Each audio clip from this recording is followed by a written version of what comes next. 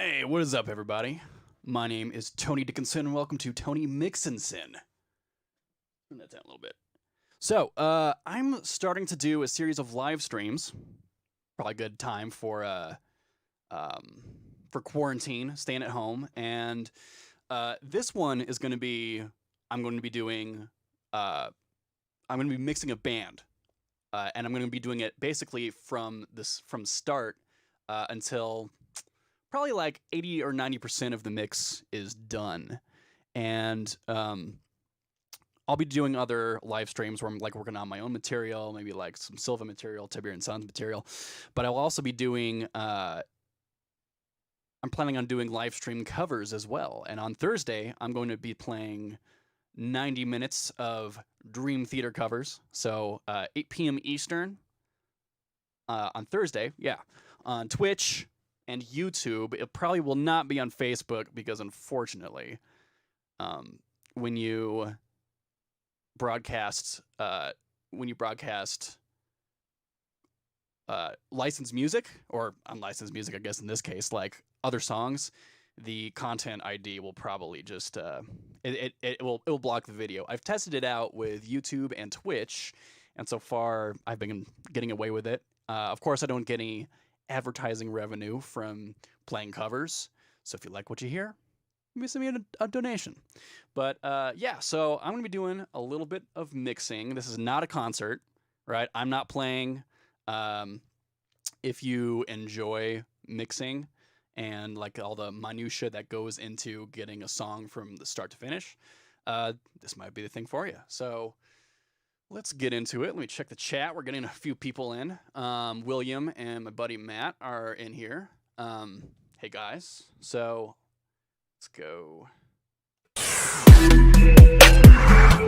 All right. So Dango is a band from my home state of California, Colorado. And if you guys are familiar with two of my other bands, Tiberian Sons and Silva, Travis Moberg, who is the drummer in Tiberian Sons, and singer in Silva, actually drums with this band as well. If you were checking out the countdown on the live stream, you probably heard some of Dango's other music, which I also mixed.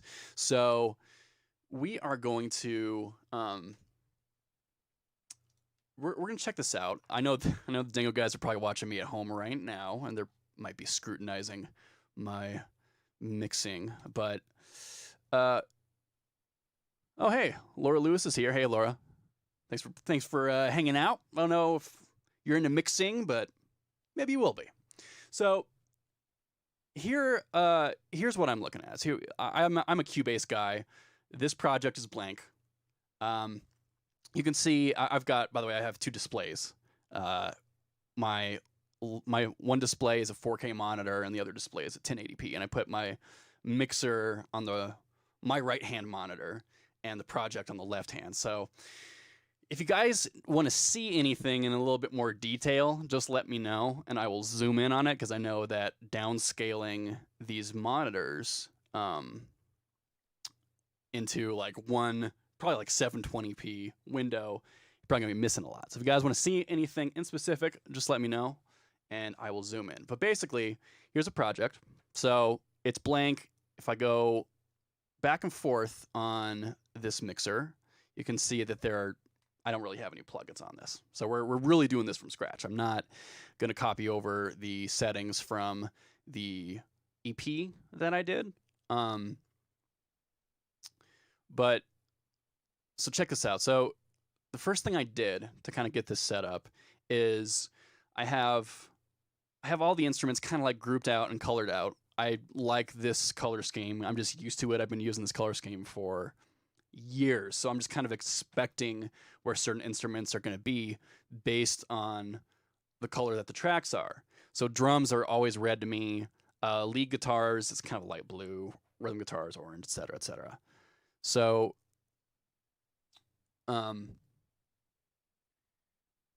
but there's nothing here, and I've already went ahead and I grouped certain microphones. Like for instance, we have a kick in microphone, which is kick in the sound hole, and Travis, I believe, probably used a Beta 52 for this. But And then the kick out, it's actually not a traditional kick out mic. That was just the labeling. I should actually probably call this kick sub. Oh, sub. Kick sub. Because Travis, I know, used a Yamaha sub kick to record.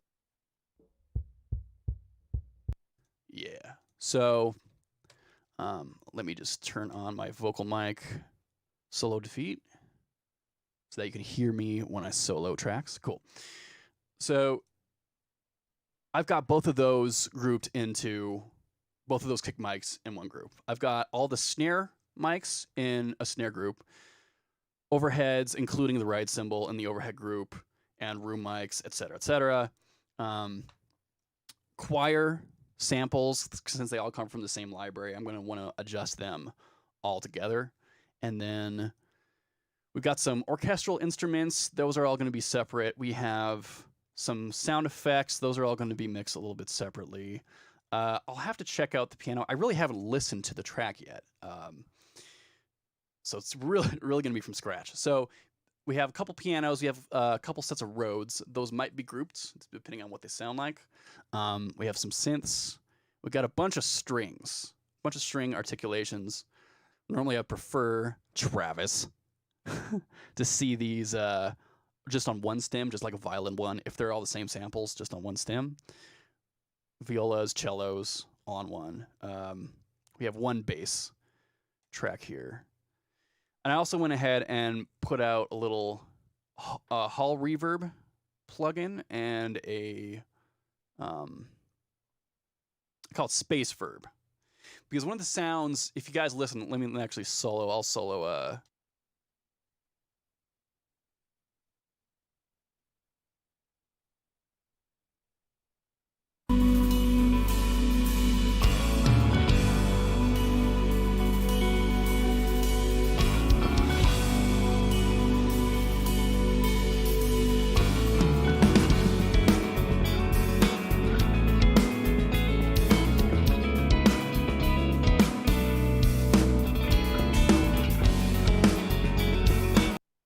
So these guys sound, they kind of fall into the djent category, but they're using almost exclusively like clean and lightly driven guitar tones, which I think is super cool.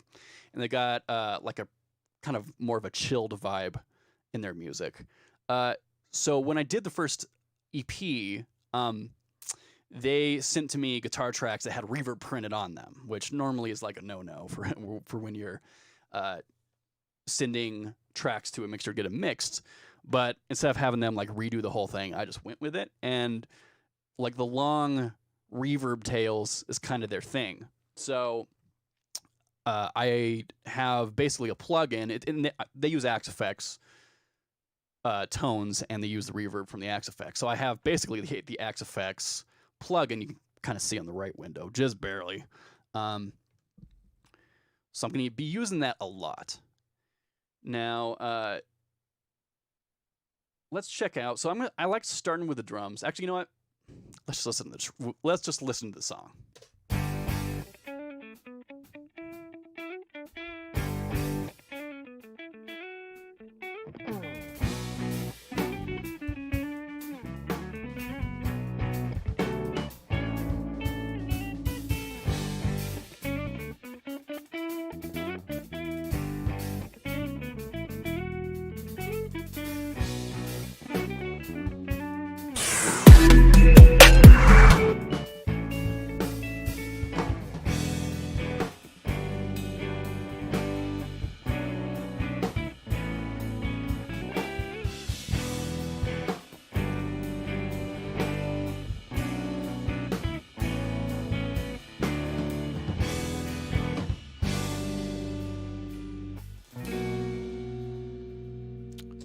Cool.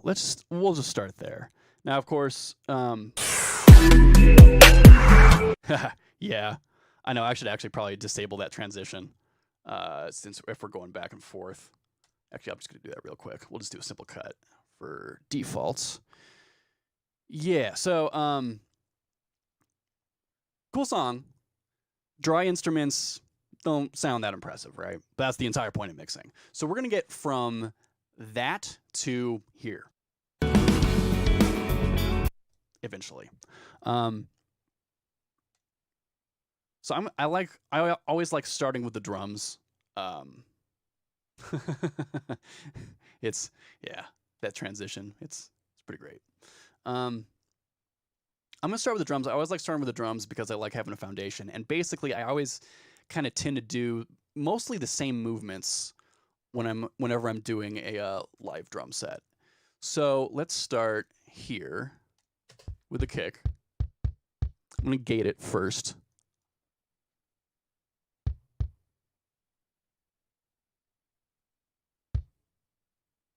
So without the gate, there's kind of two purposes to the gate. Obviously, there are other instruments that that bleed through just a little bit. They're probably not that big of a deal in a mix, but the other part of gating is I like using gates to kind of like I like using them to as almost like transient designers. So if I want to make like a snare drum or a tom or a kick a little shorter, then I'm going to use a gate to maybe shorten it down a little bit. So we'll start here.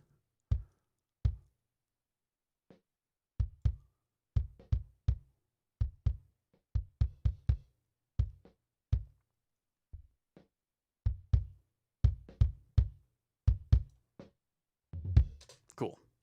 And then again, we have a kick-in mic, which is your standard probably Beta 52. And then we have a kick sub mic, probably Yamaha sub kick. And normally I try to do all my EQ adjustments within the bus, because you want to keep, when you're doing EQ adjustments, it changes the phase of each of the microphones. So I want to keep them having the same adjustments on both microphones, so microphones always stay in phase. But with subs, you can kind of get away with it, because I just want the sub frequencies just to add onto the top of the Beta 52.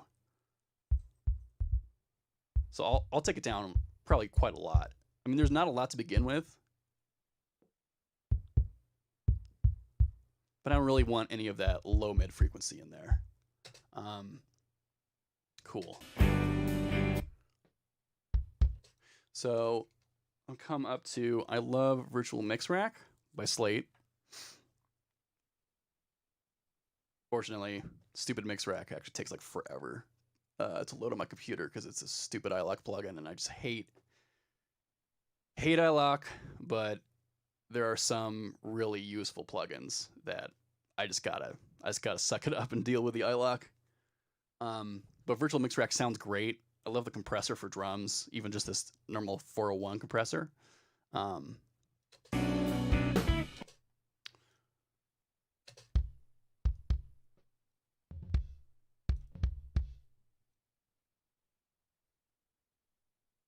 Let's we'll bring up the volume of the kick. Try not to boost the volume too high, because I have this. Normally I would use a SM7B because it has a lot more isolation, because as you can probably actually hear my voice reverbing through the mic. But the 7B has a lot more isolation. Normally I'd be using that. But Travis actually used it for the hi-hat mic in this.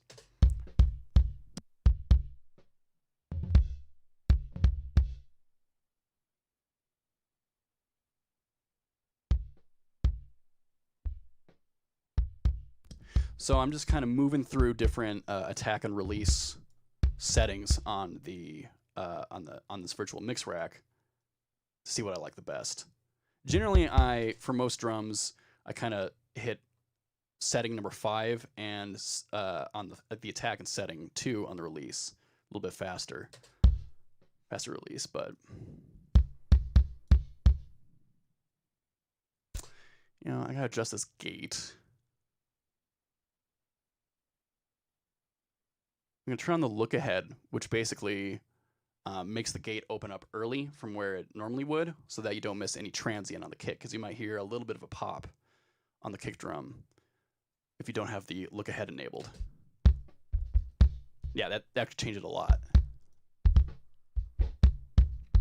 Cool. So we have a lot of sub on this kick already, which is great.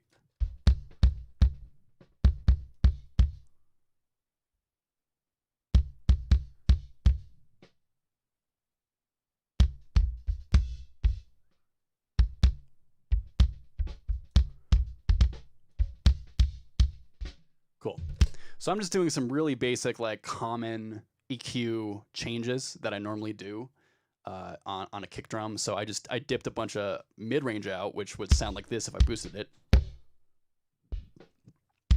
Don't really need it for this style of music. And then I boosted a bunch of high end because for this style you kind of want something pretty punchy, pretty clicky. William just asked, what's the end goal of editing the kick drum specifically? Is it just where you're starting to give it a bit more sub to it?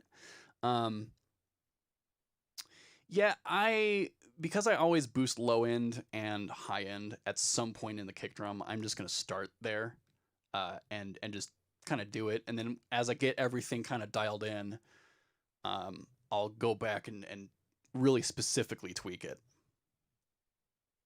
But I always like kick and snare. I always like to do first because those are the two most important drums in every mix.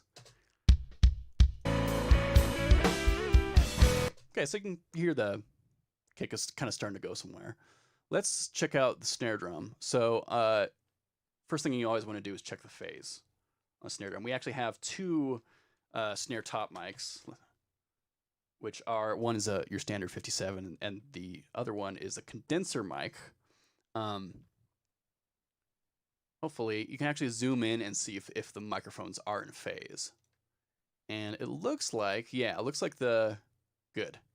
It's good engineering. Good engineering, Travis. The 57 and the condenser look like they are in phase.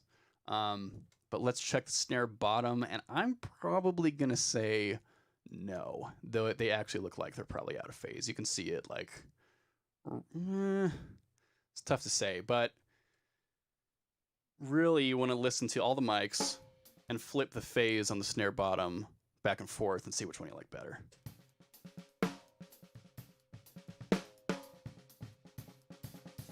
Let's get to a section with more snare in it.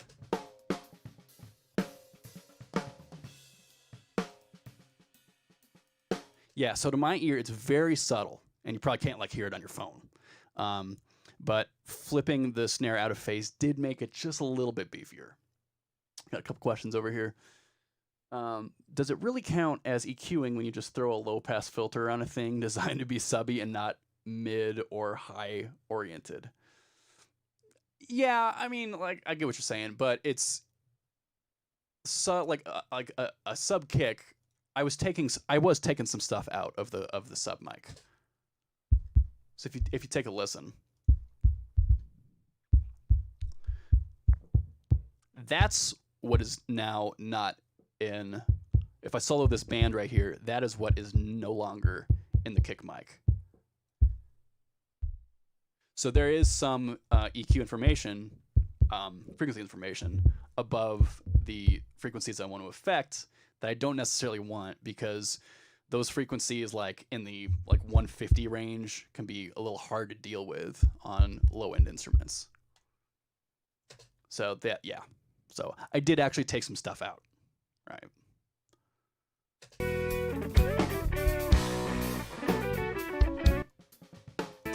So yeah, we have two mics here, and I love putting a condenser on a snare top mic because you can hear the difference between your normal 57 and then a condenser mic. It is a lot brighter, of course. It's a condenser, so it's going to have more high-end frequency information. And so the snare top mic was recorded a little louder, so I'm probably just going to keep it there because I like focusing it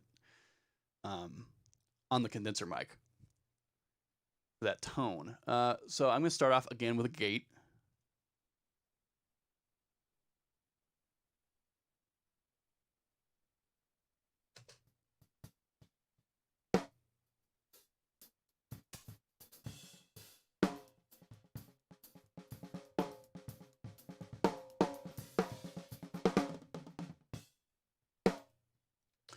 So what I like doing with a gate on a snare drum is I like gating it so it's really just like the hard hits are coming through and the ghost notes are kind of pushed off, and then like the rest of the instruments are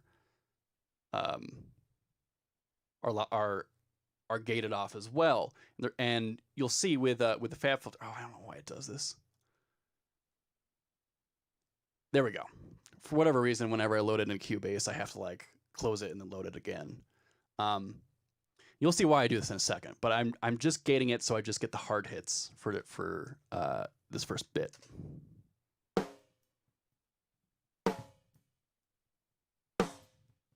Cool. That. Again, activate the look ahead so we make sure that we don't miss any of the initial transient of those snare hits.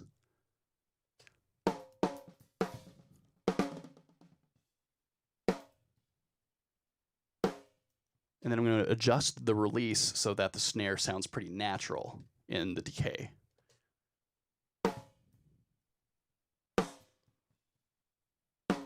It already sounds actually pretty good to me. I mean, that indicates that the engineering is pretty good. Corey asks, the idea is to just let the overheads and room mics pick up the ghost notes. Not quite. Check it out. So I just have the loud hits gated off, but this snare group gate plugin actually has a dry level that you can adjust. So when I bring it up, I can actually bring in those ghost notes. So you can hear the ghost notes. You can even bring up that dry level a little bit.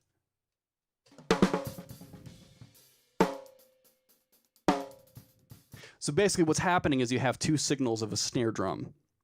And so basically with the gate, what the gate did is take the hard hits and they put them on basically virtually one track, and then that dry channel brings in those ghost notes. So it makes the loud hits a little bit louder and makes it a little easier to control when you mix it.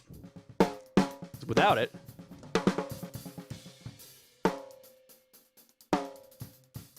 with it on,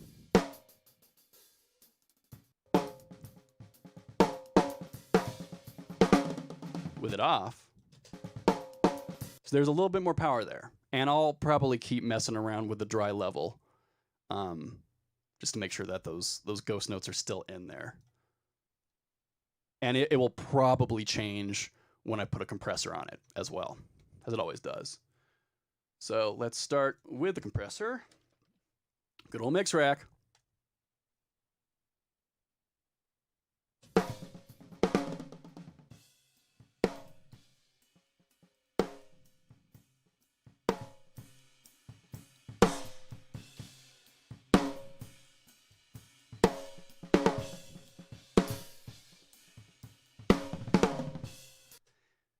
Especially for the style of music, I compress the shit out of everything, pretty much. So some things become audible when you put a compressor on. We can hear that the ring is a little bit more annoying. There's always going to be a little bit of a ring on a snare drum. So we might have to notch that out. You can hear that, okay, there's actually probably a little bit too much of the other instrument bleed. And so I'm probably going to take it down that dry level a little bit.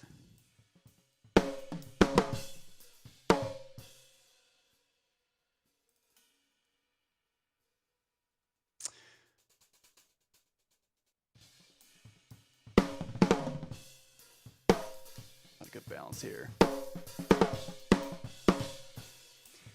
Now, the other great secret weapon for drum, for making sure that other instruments don't bleed into your drum mics is I love FabFilter plugins, and it's pretty much this and like Virtual Mix Rack is like all I use. Like endorsed by FabFilter or anything, but I got this trick from Nolly, who's Periphery's producer, in his masterclass. I actually have a preset right here, where basically you're taking a multi-band expander. What happens is when the snare hits the high end, it's only the high end. It's only this upper band from like 3K and up. When the snare hits, the high end comes up. Actually, I'll bring that back up. And then when it when it's finished, the high end closes down. So it makes like the bleed from the hi-hat and the ride, it just pushes it down after that snare hit occurs. So with it, and without it,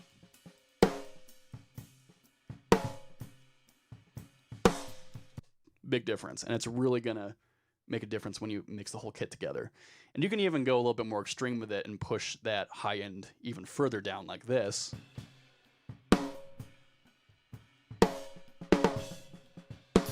So you hear like that the cymbals and the ride and everything decrease in volume after those hits by a lot. You can't do it too much though, because then you kind of get this sort of weird like filtery effect if you're pushing it down too far. That's okay. We'll start with that.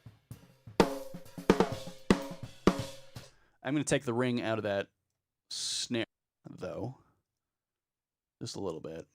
And this is why you want to have the snare bus together, because you want to do this notch on all of the microphones at the same time to make sure you maintain the phase between each of them. So FabFilter Pro Q is the best way to do it,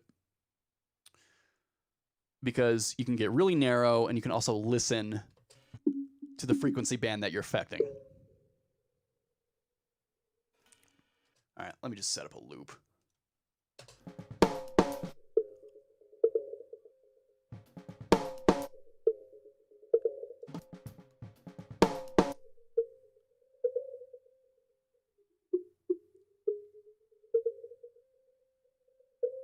Cool, that's the frequency I'm hearing.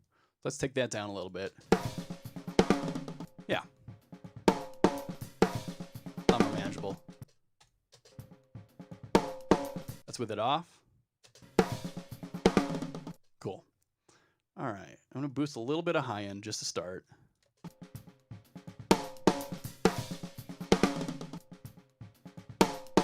Maybe a little bit of beef, but first, I'm actually going to take this EQ and put it before the compressor. Now I'm rolling off the low end from the snare mics so that we don't get that kick bleed.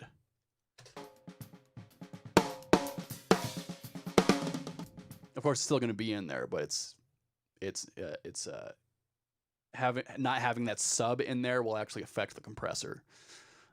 Since I put that EQ before the compressor.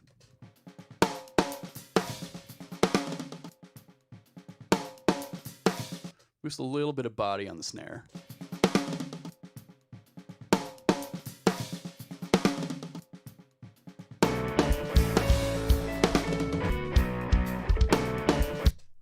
It's all right. It's all right. All right, let's do... I'm going to move over to the overheads. And again, I'm going to kind of do the same thing where I'm going to move the EQ before the compressor and roll off a bunch of the low end. Because we're just not going to need it for the cymbals.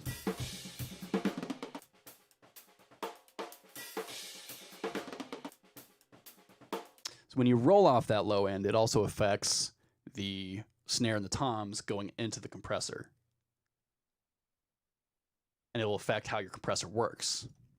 So let's see. I like using on the compressor, I like using actually pretty light ratio just to kind of keep those cymbals nice and smooth.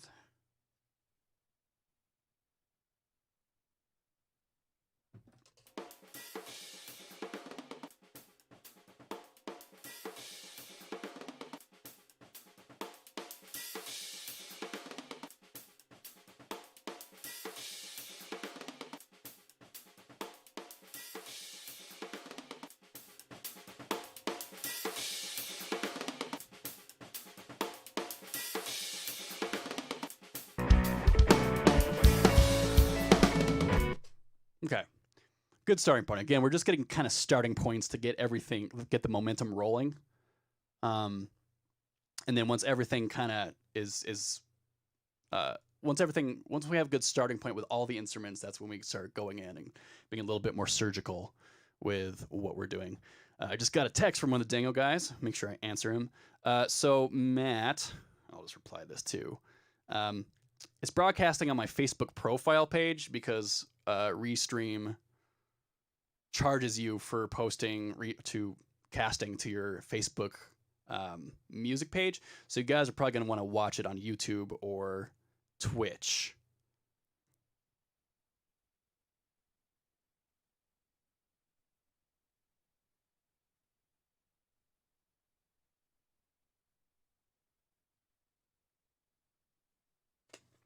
All right.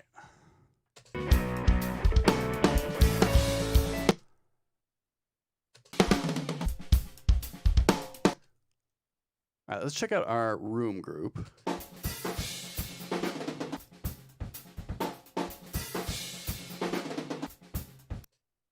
Get a bigger loop there.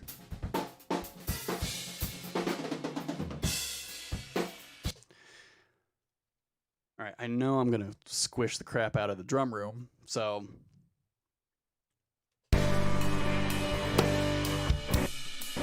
Oh, wrong bus. All right, there we go.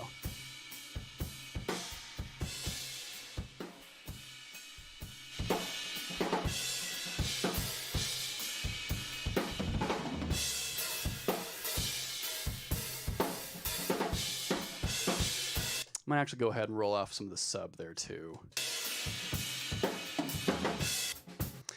Drum rooms are interesting. I've seen people do a lot of different stuff with them. They're very flexible. Like I've seen guys actually just do a low pass on a drum room.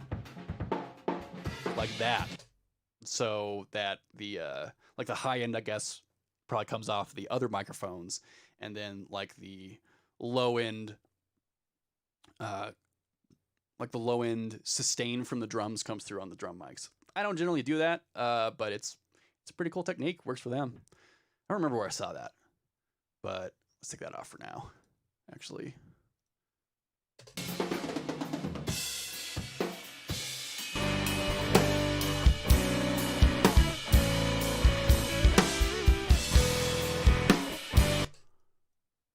All right. Hi-hat mic. Again, we're just kind of getting the ball rolling. These aren't the final movements or settings on anything right now. All right. Going to high pass the crap out of the hi-hat mic because we just do not need any of the information that the hi-hat doesn't even have naturally.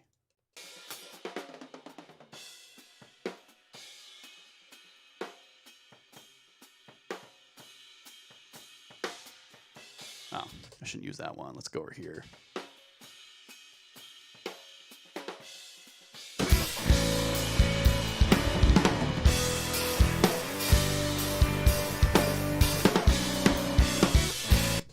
Cool. Bring down the room a little bit. It's a little loud. All right, let's check out the toms. I will try to start with grouping the toms together and working on those that way. But sometimes since each tom is a little bit of different tuning, they might need to be adjusted individually too. So let's go. Let's find some tom mics. Looks like I might actually have to normalize these audio tracks. Bring them up a little bit. Normally, I would actually manually gate the tom mics.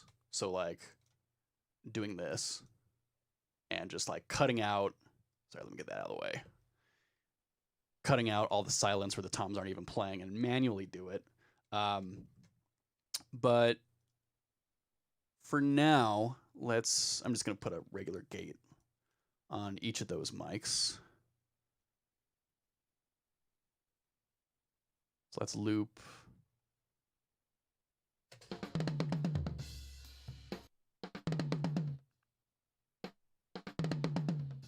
Put a long release on the gate for the tom, so it sounds a little bit more natural. Activate the look ahead again, so we don't miss any of that initial transient. A little bit longer. Sounds pretty natural, I think. Floor tom. I'll start with copying the gate over.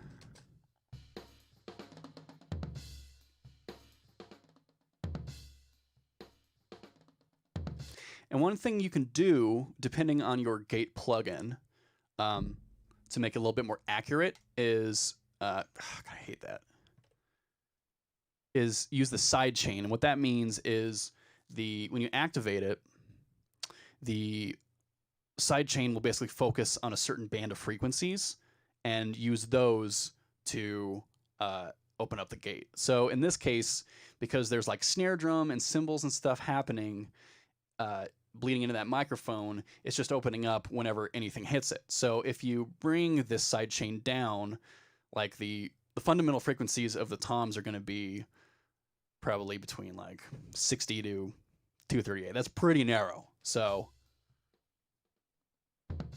just going to open up when it hears information in that band. Might open it up just to be safe. But right, if you do a wide band, you could hear right at the beginning there's a little bit more stuff, like the snare drum activated the gate there, right there too. So again, bringing it back to where we were, just narrow low frequency band to open it up. Snare drum doesn't open it up. So that's just quick and dirty way to kind of get those drums quieting, because there is a lot of like toms naturally ring out when you're playing the drums. Sometimes that's cool. Like if you want to go for like a big like Led Zeppelin, big roomy drum sound, you might just not want to gate those toms. But for something that's like really precise, like this sort of style, you're gonna want to gate the toms. Okay, I think I need to activate the look ahead. Might need more look ahead, looks like, on the floor tom. Yeah, all right. Let's see what we can do just real quick with the mix rack.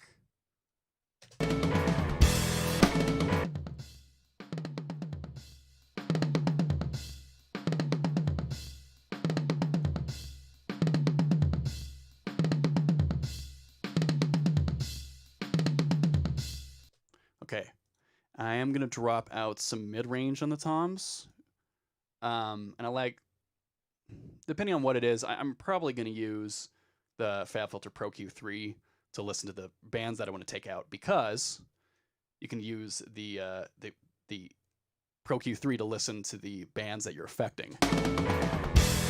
Whoop, solo. So right now I'm listening to what I want to take out, and I don't like those frequencies for toms like this. So we take it out. Cool. Bypassed. Enabled. Cool. I dig that for now. All right. Not bad. Not too bad.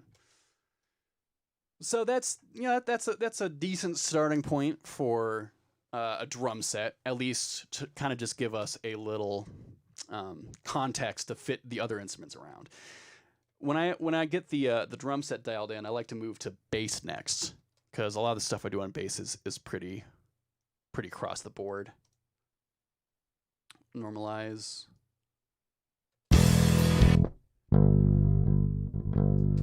All right, first thing I'm hearing is, well, first let's put a compressor on that. We're gonna need it. I'm gonna bring up an EQ because I know we'll need that too.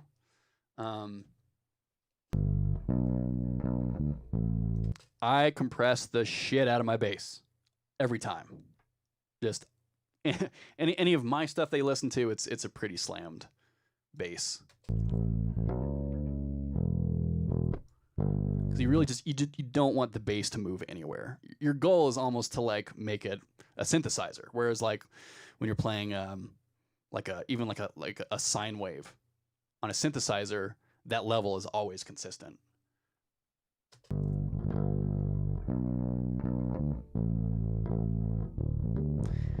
You can see on the meters over on the right that it's mostly staying really in one range. I might even go just a little bit higher with it.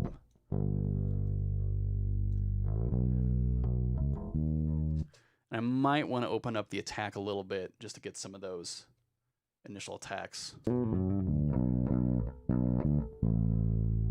It's a little bit of a pop on those plucks.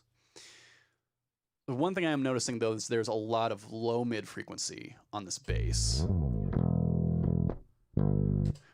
But we might not actually have to adjust it, because one thing I almost always do on bass is we are going to add a distortion track to it. And I'm actually going to start off with a EQ plugin. I'm just going to call this Bass Byte.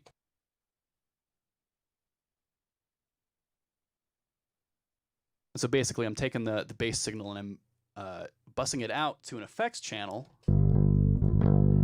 And I'm going to roll off the low end, and we're basically only going to be focusing on the mid-range.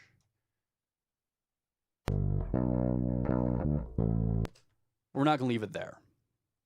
So we only have the mid-range on this channel. I'm going to bring open, I love the Cubase bass amp plugin. It actually works really well. So I'm going to get the DI driver.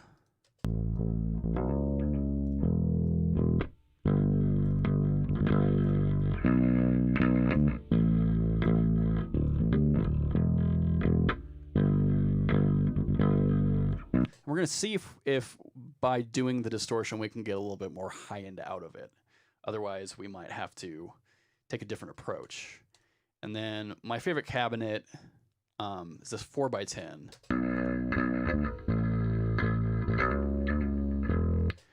That actually might not work for this context. The 4x10, if you have like a really bright, grindy distortion, works really well. I might start with the 8x10 because it's a little bit fatter.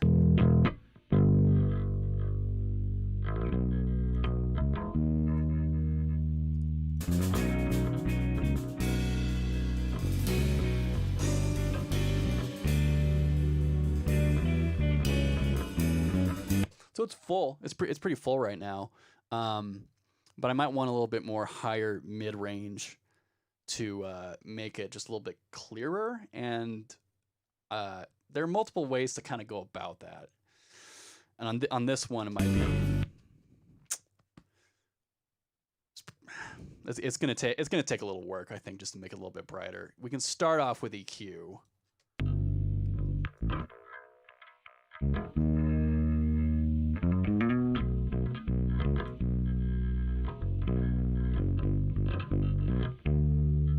But you can hear as I'm bringing up some of those frequencies, it's making it a little bit noisier too. I think one thing I am going to do is kind of bring down some of these low mid frequencies.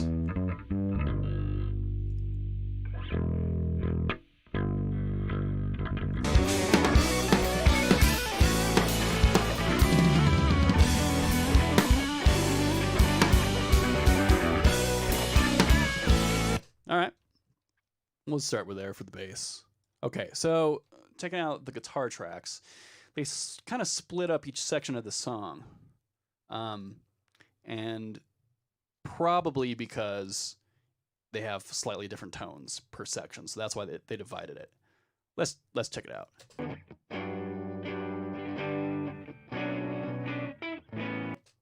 All right, that's like a clean.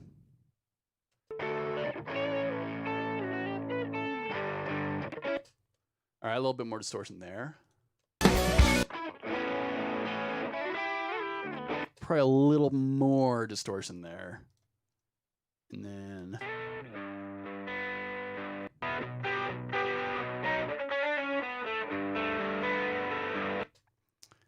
that's almost like a different tone together. So I think I'm going to group these first three guitar tracks together, and at least start with the EQ adjustments there.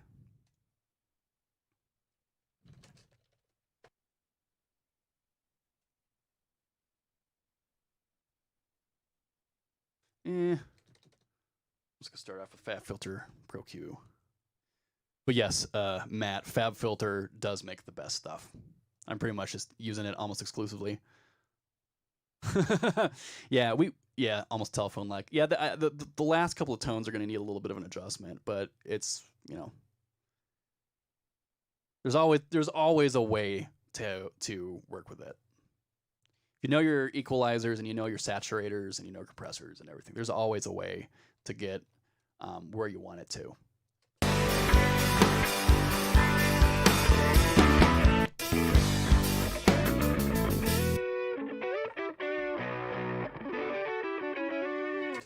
So one thing I'm noticing about these guitar tones is that one thing I actually really liked about the tones they provided me in the EP, as you can hear,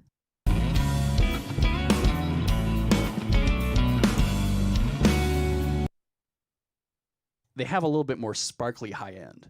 So, Ben Durgan, thanks, man. Glad it's sounded pretty good so far. These guitar tones don't have so much high end, and that's kind of something that I really like in this, in these guys' sound.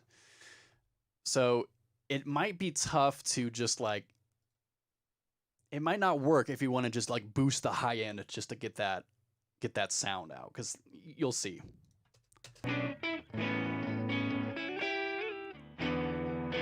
I mean, it helps somewhat, but the way I kind of like doing that, getting some of that high end back, is actually using, I like using harmonic saturation or distortion, or really whatever you want to call it. Again, Fab Filter Saturn. So what I'm going to do here is I'm going to use the highest band. You probably can't hear that right now. I'll actually boost it a lot. So those are the frequencies I actually want a little bit more of. But I don't just want to boost them in volume. I actually want to make them like thicker. So harmonic saturation is one way you can do this, where you'll hear, I'll just boost it again so you guys can hear it. If you start to drive it,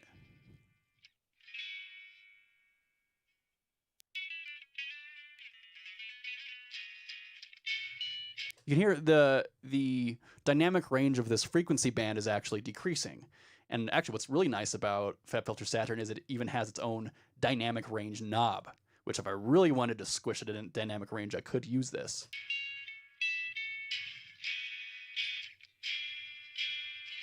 So with that band, with those effects unaffected,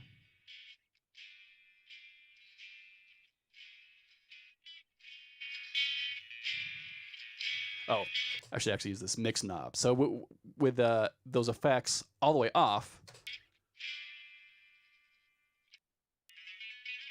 and then with them on,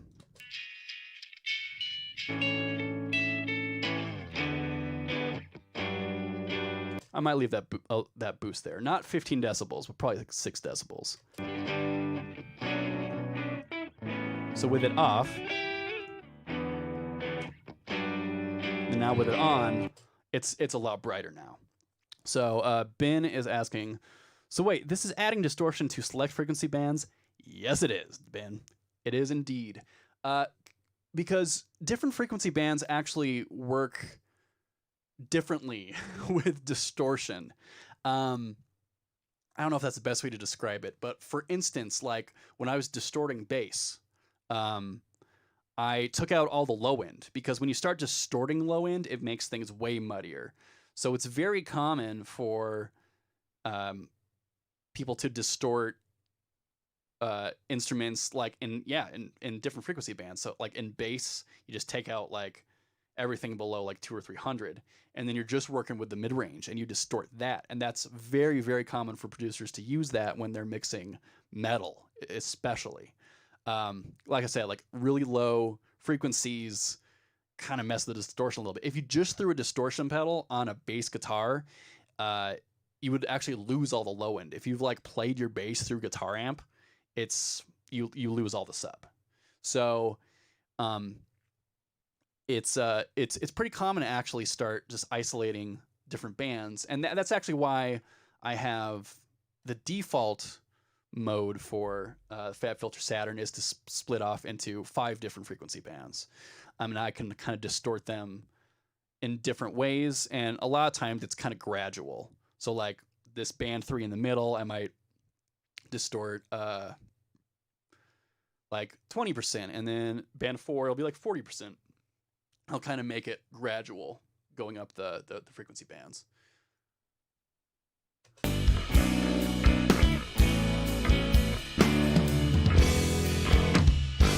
So the guitars are a little bit brighter now, which is great.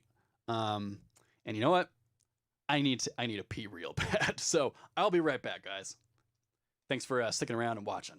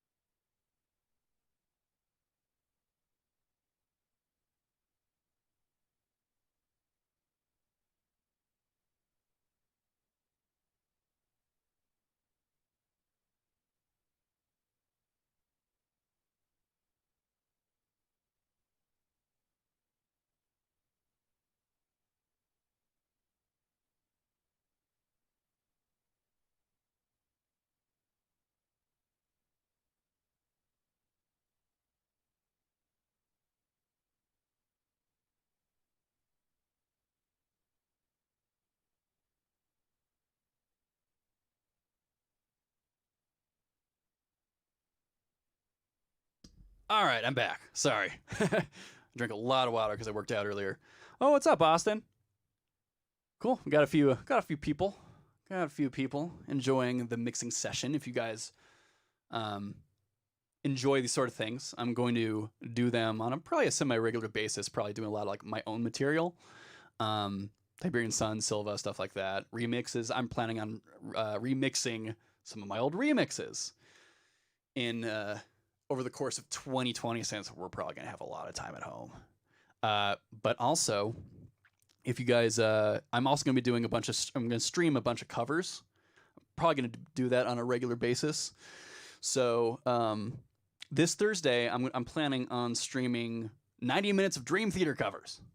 And the following Thursday, I'm going to be doing a full bass playthrough of Megadeth's Rust in Peace album. So subscribe, put that in your calendars. 8 p.m. Eastern on Thursdays. I'm going to be doing covers. So let's get back to it. We are working on guitars right now. So I'm going to compress these guitars, I think, because they're clean. Like when you have a really distorted guitar, you don't really need to compress it, because like if you just looked at the waveform of a distorted guitar, it's pretty much just flat anyway. But cleaner guitars might need a little bit of help. So, and I don't like compressing guitars in groups. I like doing it, that individually. So let's start FabFilter Pro C2, of course.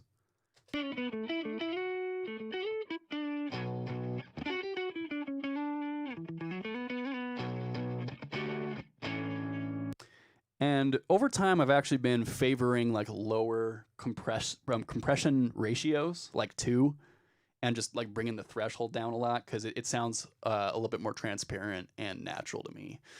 I used to do like when I was like in my early mixing days, I would pretty much always do like a 6 to 8 ratio, like on everything. And I was wondering why everything sounded way too squished.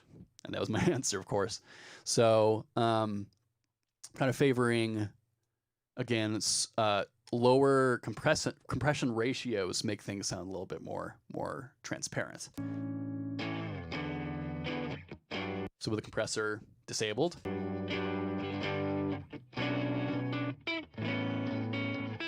enabled.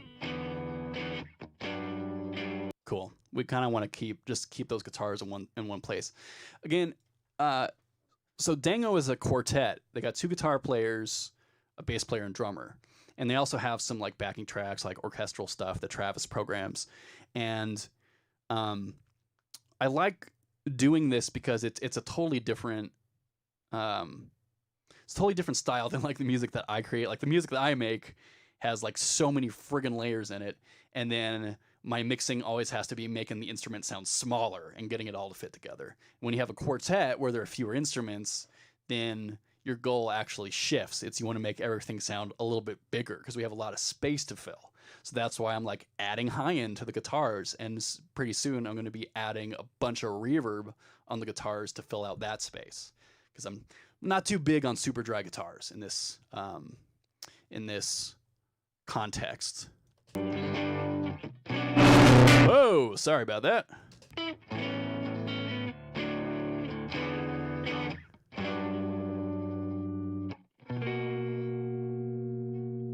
All right with that. Let's move that. We're going to just copy that setting over. See how again, the compression is filling out space, decreasing the dynamic range so that those guitars sound a little bit more in your face, and more just, yeah, they're just filling up the speakers.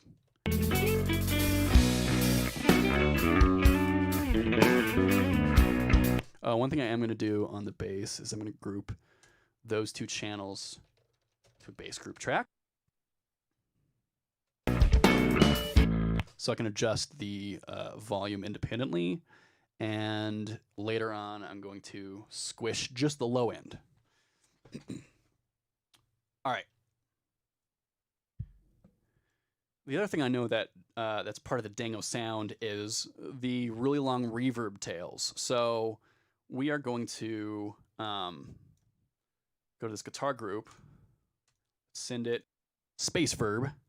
Pretty much it's just the Axe Effects like reverb plugin, because Axe Effects is really good at doing those super long reverb tails. Ooh, that is quite a lot.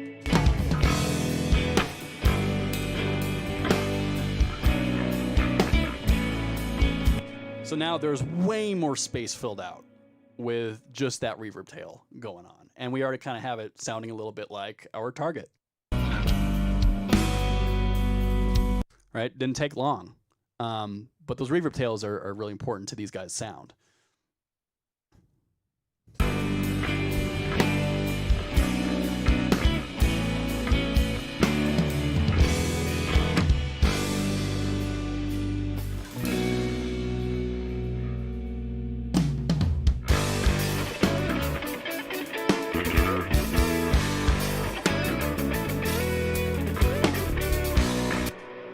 Cool. Not too bad, not too bad. I feel like the guitar tone is a little bit too mid-rangey right now.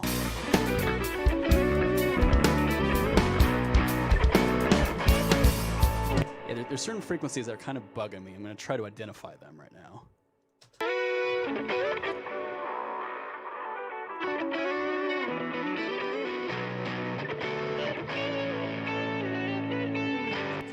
Very small decrease. It's like -2 decibels.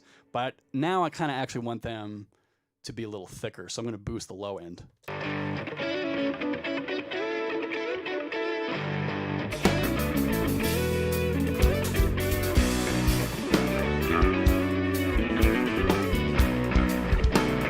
Again, we're actually trying to fill up space, so it's totally cool doing this stuff. But I'm going to cut out some of the sub frequencies because we're just not going to need them. Just in case there's some there don't really seem to be, but just as a fail safe. Let's see how it sounds on the other. These other tracks have like different varying levels of distortion on them, so let's make sure it's all sounding kosher here.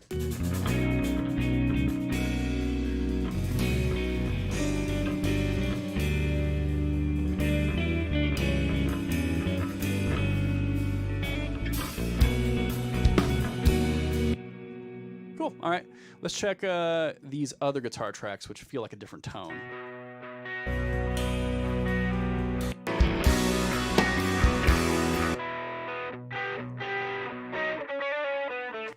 Yeah, very, very mid-rangey, so I'm going to change that for sure. So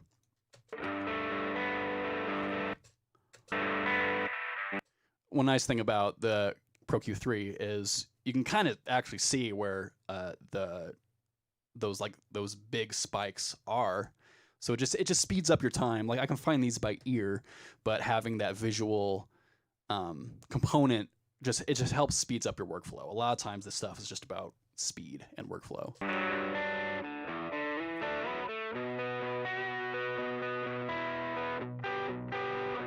Cool. So even taking down like 2K a whole bunch makes it sound a little bit more natural to me.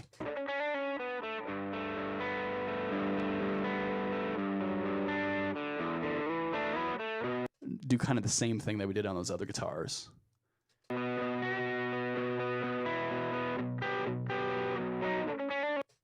Now, again, these guitars, I think, these are not going through the guitar group channel, so I'm going to have to copy over those FabFilter saturation settings that I was using earlier to kind of make them a little bit brighter. Cool, let's copy that over to the right channel guitar. Cool. So those are these two guitars here. And with those effects off, I think there's a big difference there, for sure.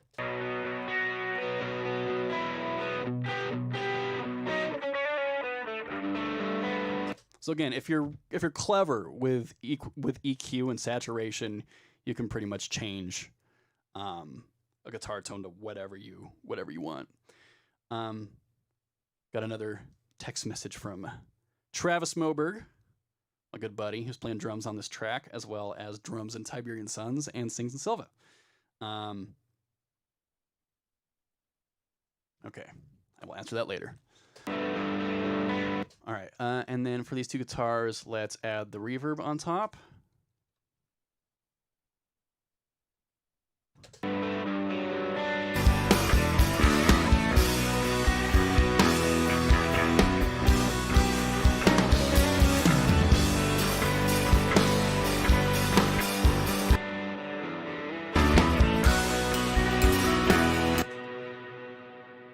Not bad. Oh, I need to compress these.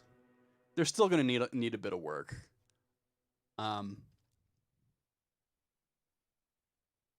pretty much like with mixing something like this, I think, to me at least, the first 80 to 90% of like one mix happens in like the first hour or two, like which is what I'm doing here. And then after that, like the last 10 to 20% happens probably over the course of a few days, where you're just kind of tweaking and you're really getting into the fine details and always listening to it on different sources, like a car, or like a good set of headphones, even on your phone, just to make sure, like, obviously a phone's not a great source, but if it does actually sound really good on a phone, then you probably did a good job mixing and making sure that not only that all of your instruments have proper like mid and higher end representation, because if you have an instrument that's only low frequencies, it's going to be completely lost. So even a kick drum is going to need some mid range and some high end to make sure that it comes through even on like a phone. So all right, compressing these guitars.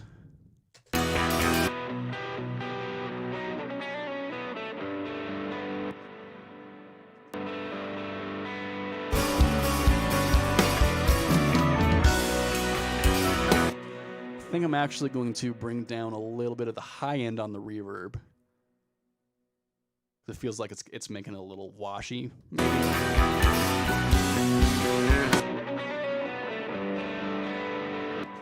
So So if you take this high cut knob and brought it all the way up, it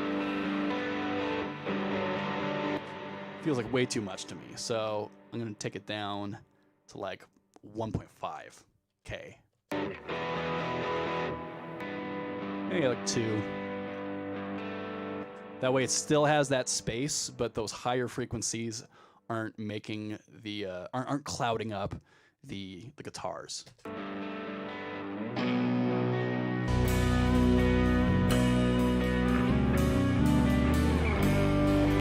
I can live with that for now. So let's check out these lead guitars.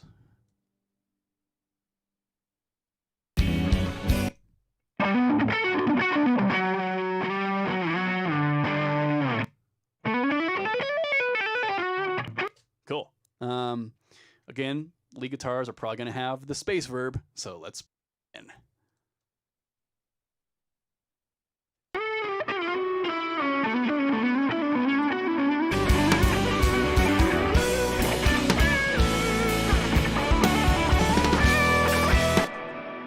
I'm going to compress this guitar.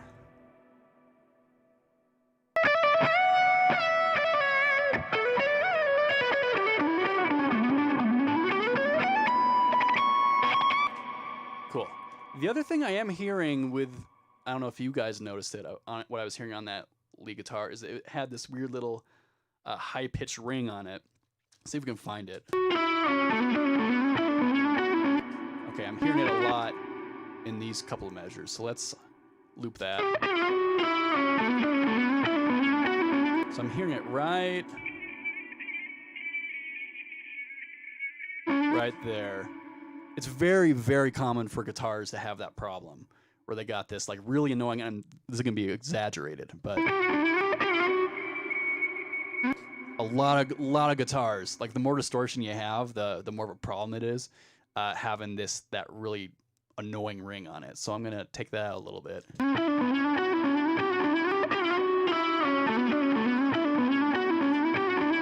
See if you can hear the difference. Off.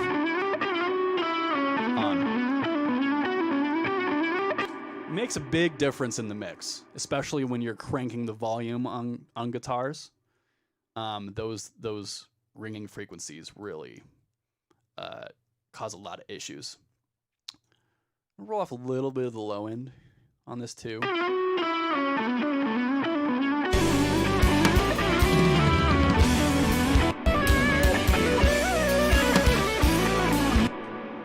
right, let's check out the other lead guitar.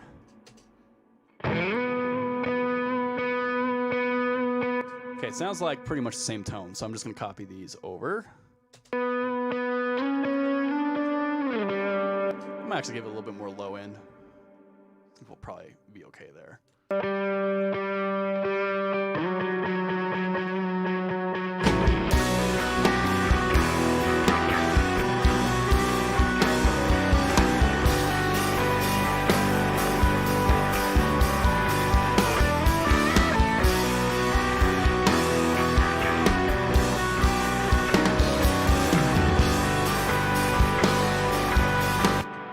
Not bad. It's definitely coming together, and I'm far from finished with this stuff. So, again, you can see I actually haven't done a whole lot in terms of EQ.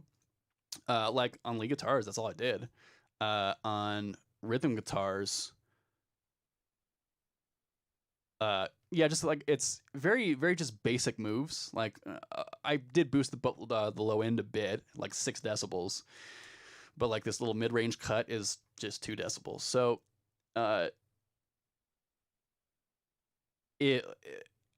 Engineering your audio is really important from the get-go. Like having good tones to start is really important. And Travis knows how to engineer his drums really well, and he has a really nice drum kit as well. I think it's his Pearl reference kit that he used on this, and the guitar tones are pretty well dialed in. These other tracks need a little. Sorry guys, the guitar 4 tones probably need a little bit of work, but the guitar tracks 1 through 3, those tones are sound pretty good. They're pretty easy to work with. So let's check out. Actually, you know what? I do want to adjust the snare a little bit. because in the mix it's very top heavy. I think maybe I'll bring up this snare bottom mic again. I want a little bit more brightness to it. I might actually lengthen the release on the gate to make the snare sustain a little bit more.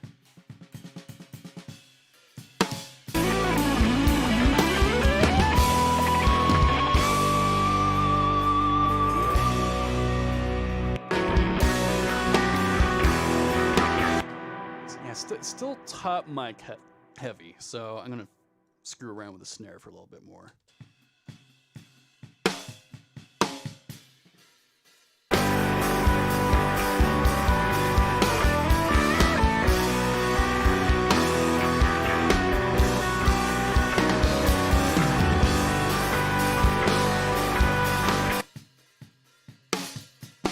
Okay, that's actually better. It was probably a compression issue.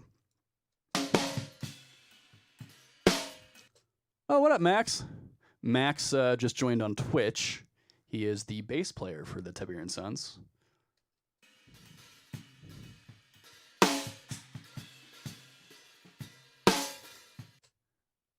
Then I think I might actually go in and even use the Pro Q3 to adjust it so I can hear the frequencies that I'm adjusting.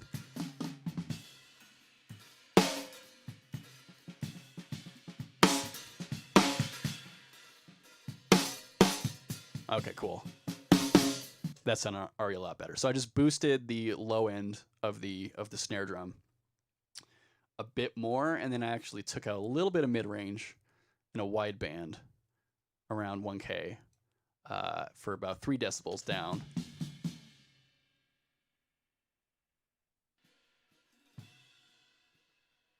Oop. Let's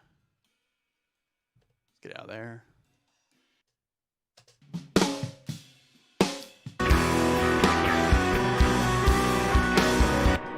At this point, I might actually go ahead and use harmonic distortion on the snare as well. I use very little on the lower frequencies, but I always tend to use it on mid-range and up on a snare drum. So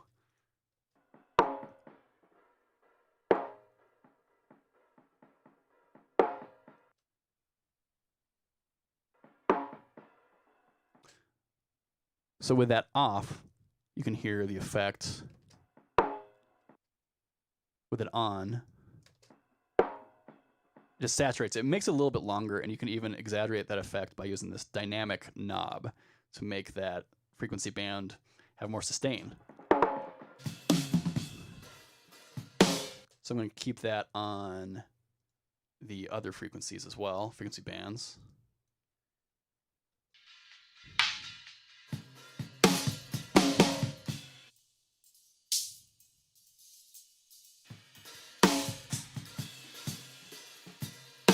So this harmonic distortion, oh, T-Bone's here as well. What up, T-Bone? So what I did with the harmonic distortion is I kind of compressed the snare drum a little bit more, but only certain frequencies and on up. So from, looks like 374 hertz on up, I added some harmonic distortion to it, so that has a like a longer sustain effect to it. With it off, and with it on,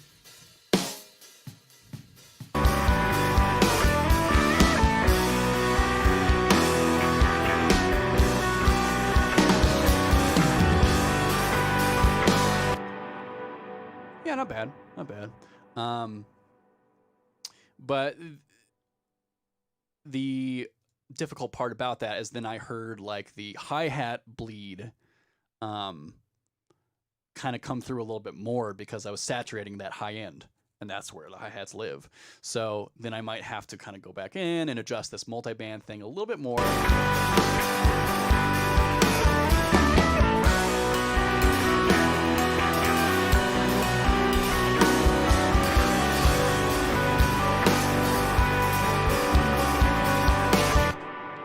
Not bad.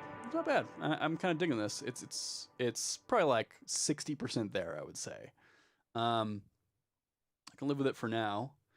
I might actually want to boost the kick mic a little bit more high end on it. And I know a lot of times I'm probably breaking the rules a lot by like, oh, you should like never adjust anything if you're not listening to it in the mix, which yes, that's pretty true. But because I've done like these pretty much same movements a lot, I know what I'm hearing for, so I don't mind soloing something to listen for what I want to hear. But always the final adjustments need to happen while you're listening to the full mix.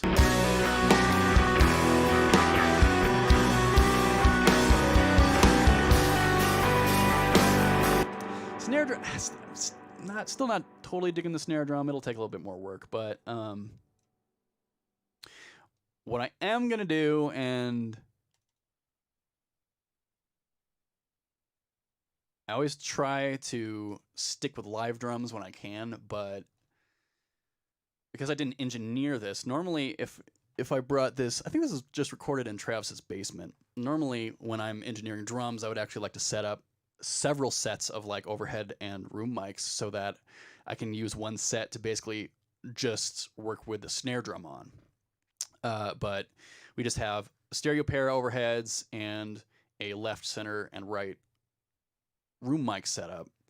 So it's very, very, very common for particularly metal producers to essentially sample the snare drum and at least take the MIDI data from the snare drum and use like overhead and other room mic samples from like a different library. So you can just adjust those by themselves, make them sound really good, and then add that to your snare drum so your snare sounds a lot roomier, right? Having a bad snare drum can easily kill a song, so you really want to spend a lot of time with it. So now I'm in Cubase, and I'm looking at the snare wave right here, and I'm going to adjust the threshold so that these hit points are only on those snare hits. There's a Lord's joke Max just made. Should do like Lars Ulrich would beg to differ. I should do an alternate mix of this where I replace all the snare hits with the Saint Anger snare.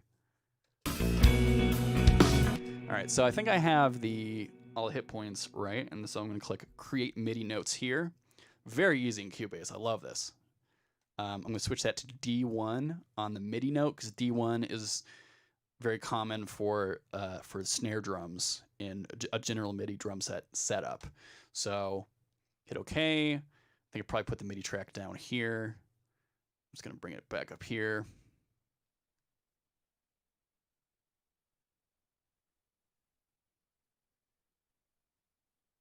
Then I'm going to have to come over. I'm going to add Superior Drummer 3. Take a second to load. I'll create a MIDI track. I don't need that because I have the snare. So I prefer the Progressive Foundry. Sounds awesome. I'm just going to remove the rest of these instruments so that I can free up my RAM.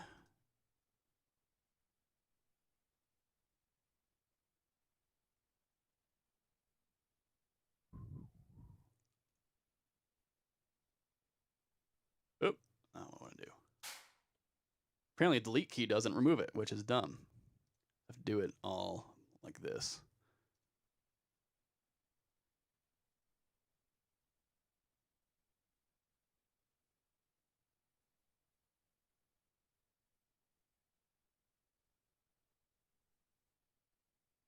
So right now I'm just removing all the other MIDI instruments. All right, so I just have the snare drum loaded up. And I want to find a snare drum that has a similar tuning to his snare that he used. So let's...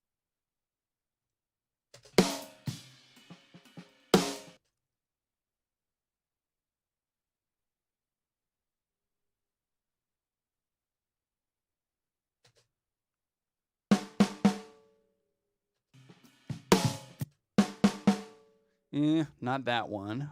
Let's go through. Definitely not. That's too low.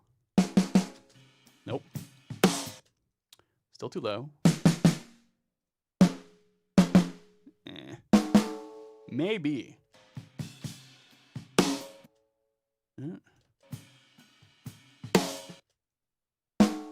No.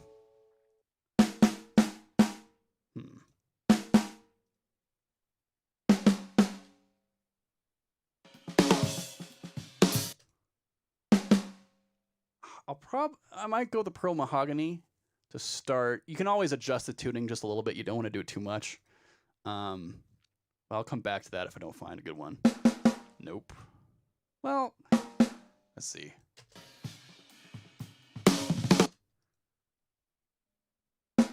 No. No, I don't know what I was thinking.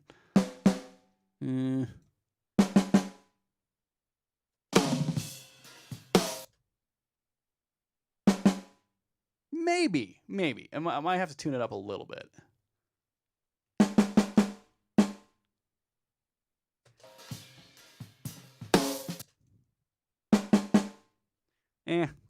We'll just go with it. It's close. It's not perfect, but I did tune it up a little bit. It's like 0.9 of a step, I guess.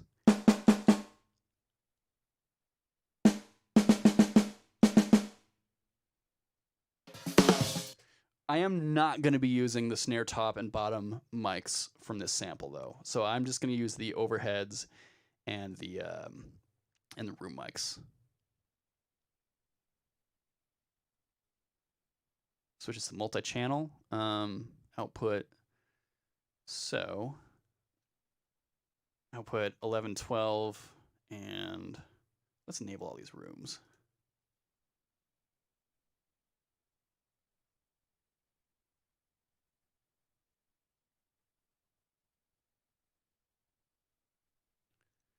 All right, go down. I'm going to bring Superior Drummer 3 channels, and I'm going to put them here. I need to enable the rest of the channels. I'll say to activate all for now. Oh, what the heck? Put them back down here. It's dumb. All right, move that there. I need to take that channel 1, 2, bring it back up. Just keep it in order. Okay, so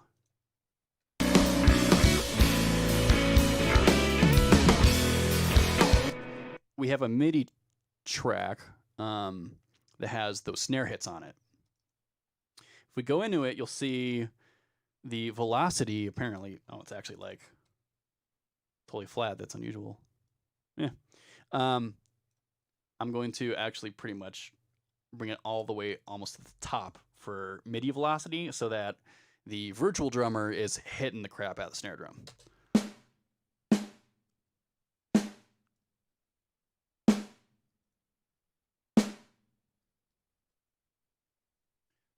Okay, now, so this is, so 11, 12 is the overhead. So I'm going to call output 11, 12 snare overhead. Snare ambient, I think, is the next one. Yeah, it's probably like a close ambient. It's going to be like ambient close. It's probably like an ambient medium. And an ambient far.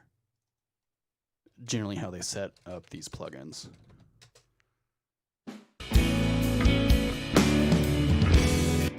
Alright, I'm going to group the room channels together as well. Snare room group. Alright, let's start with the overhead.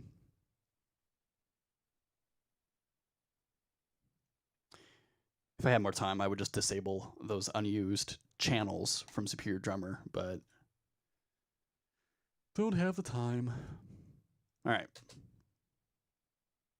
Oh, I am going to mute the snare mics because we're not going to use the direct mic samples, close mic samples. All right, let's loop something with some good snare in it. I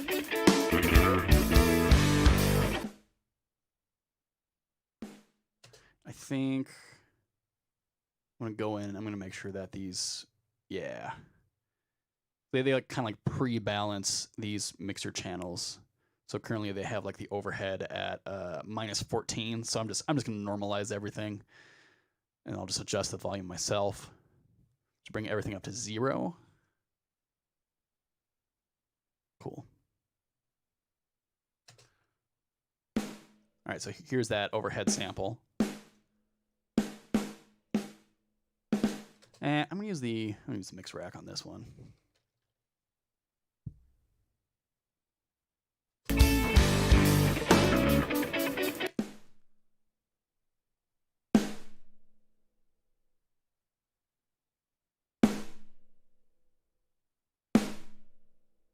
Start there.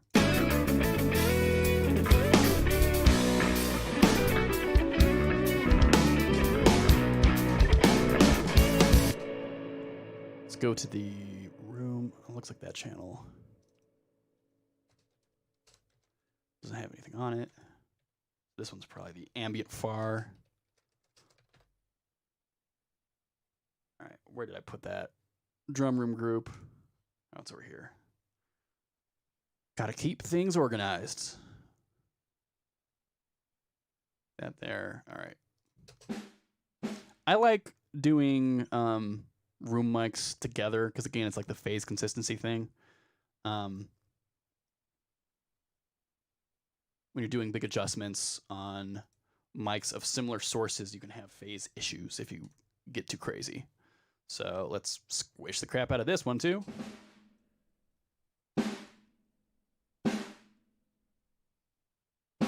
And immediately I know that I'm going to probably cut out some high mid range there to bring it, make it a little more flat. So this is what I'm hearing that I want to get rid of. Yeah, let's get rid of that.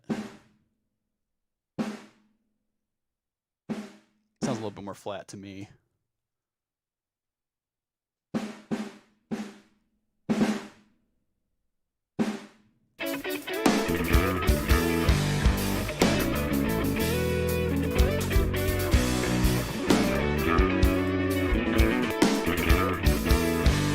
So snare definitely already sounds a little bit more roomy, but we haven't even added drum reverb on top of it yet. So I'm actually going to go ahead and do that. I actually don't like adding reverb on my close mics. I like doing it with the overhead and room mics. So let's do this. So I know I'm going to put it on the normal overhead group, room group, snare overhead, and snare room group. And we're going to add FX to selected channels. And I'm going to use, let's do another Axifix reverb because they have some good, like, shorter studio reverbs too. So call this drum verb.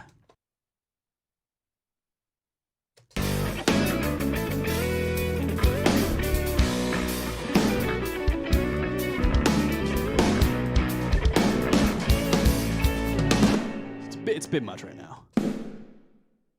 All right, let's bring that down.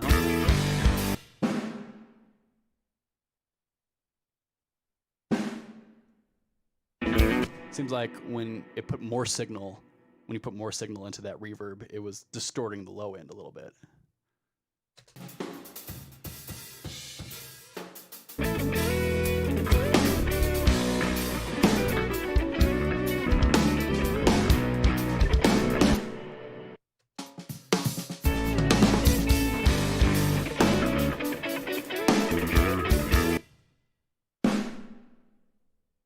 All right, I'm hearing a lot of low end coming from these room mics, so I'm going to cut that out. And I just like using Pro Q3 to kind of pinpoint what I'm aiming for.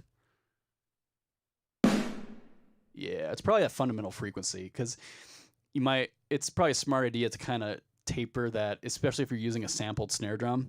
You probably do want to taper that fundamental frequency of the snare drum a little bit, just so it's not clashing with your actual snare drum. Yeah, there you go.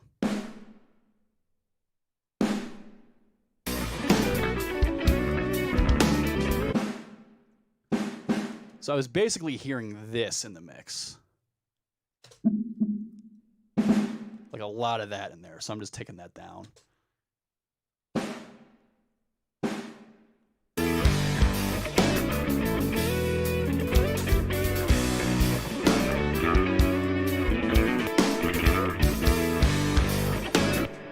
Cool. So that's not bad. And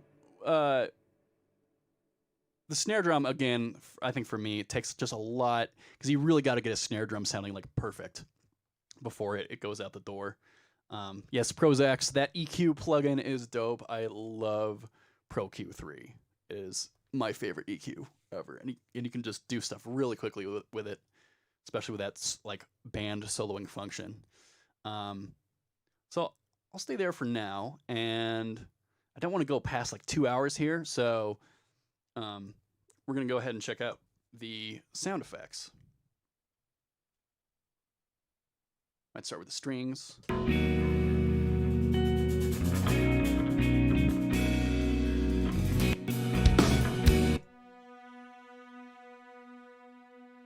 Probably going to normalize these so I have plenty of headroom.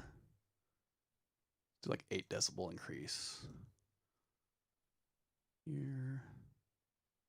Oh, there's no viola legato there, so I'm just going to remove that.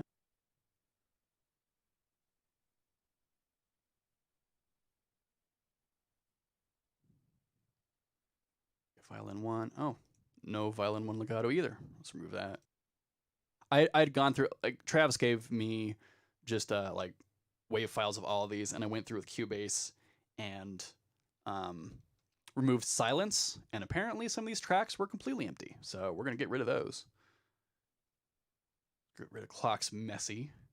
Apparently there's no bass staccato. It's probably that he did different songs all in the same project and just exported it. Okay, cool.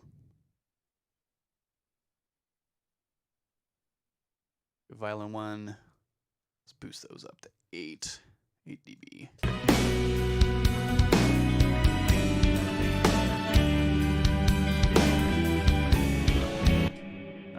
And I know for sure that I'm going to put like a hall reverb on the strings. So I'm just going to put that, I'm just going to start there.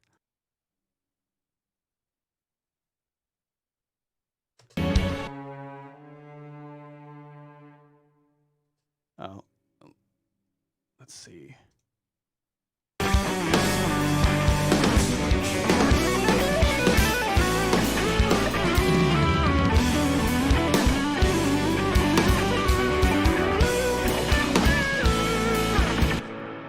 Oh, crap. One thing I always love to do for drums is doing bus compression.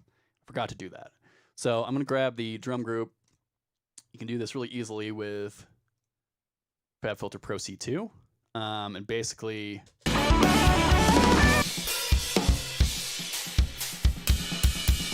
of course, that by itself, you don't want just your drum set to sound like that. But what we're going to do is mix it in with an unaffected signal. So let's get some good compression settings for the drums here.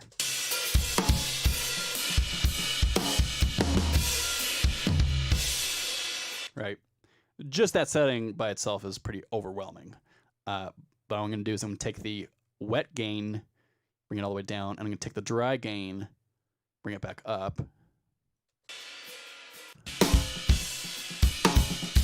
So that's just our normal drum sound. Oh, I need to put the superior samples through the drum group as well before I do that, because we weren't hearing any of that.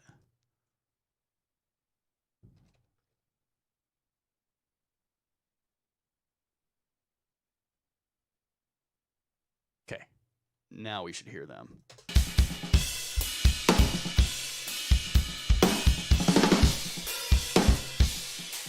I actually want more reverb on those snare drums. Or I might even make the reverb itself longer. Let's see. Yeah, I think or it might not even be enabled. Hold on.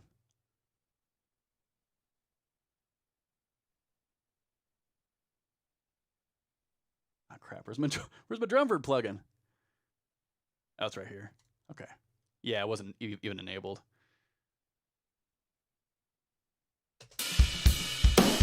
There we go.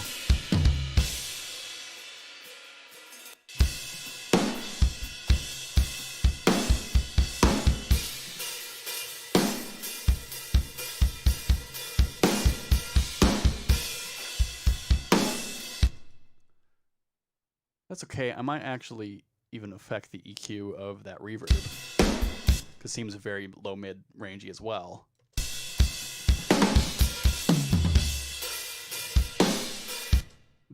I find that to be a lot better. I basically took out like 270 hertz, a few decibels, off of the reverb itself for the drums.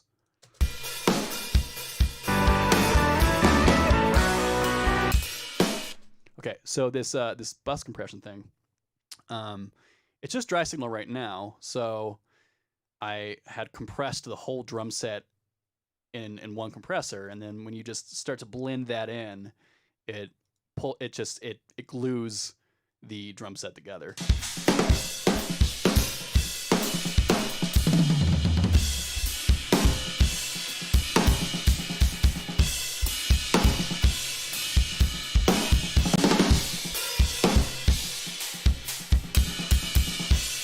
Cubase froze. It might just be an autosave thing. There we go. That might have just been the autosave. Okay, cool. All right, so now you have a huge sounding drum set when you blend in that compressed signal with it.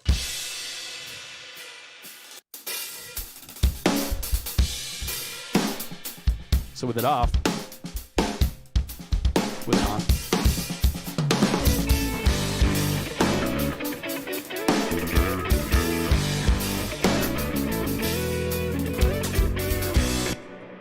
Not bad, not bad. It might be a little much compression for this song, but I'm always going to use like even at least a little bit of that. So I might actually turn it down just a bit.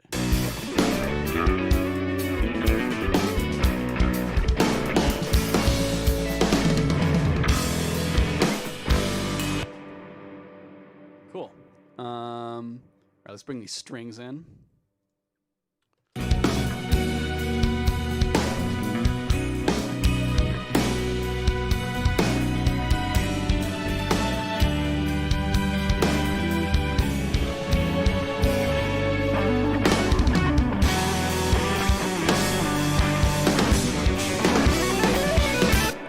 I might compress those strings a little bit, just I think the swells are a bit much, but I will come back to that.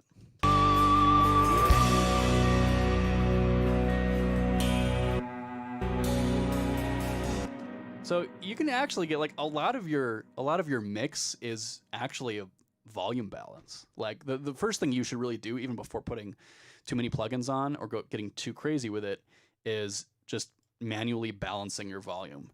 And if you notice, my most of my mixer settings are starting at -12, because I like being able to have the headroom to just like push up that fader to get it to where I want before I actually start compressing it or EQing it or anything. All right, cool. And then of course then I'll go into like some of these files and I'll just boost up the volume so I can normalize them so I have more to work with. What is this? Symbols.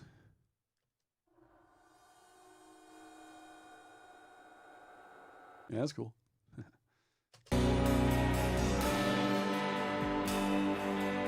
Since these are all orchestral instruments, I will send them reverb.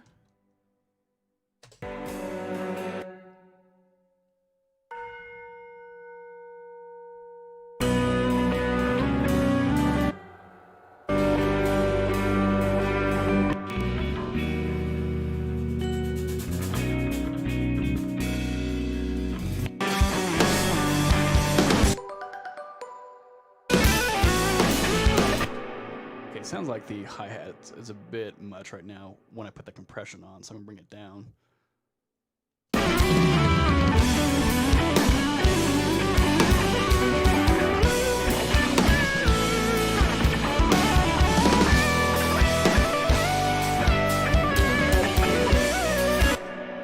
Yeah, it's already coming together, and again, I haven't even done any real surgical EQ stuff. Like most of this stuff is just volume balancing. Let's check out these keyboards.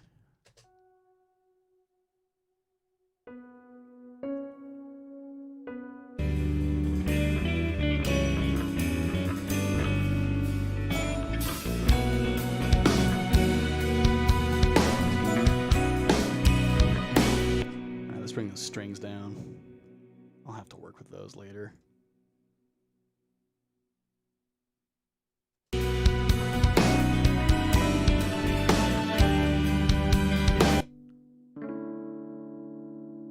right, I'm gonna normalize this Rhodes patch. A little bit more to work with.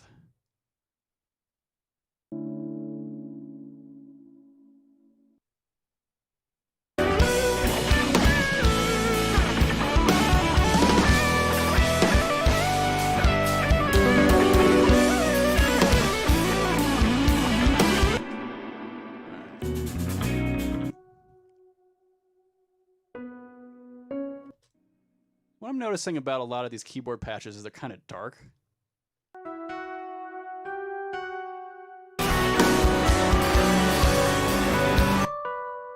I think I'm pretty much going to put reverb on all of these keyboards. So let's just put that there. We'll start a little lower.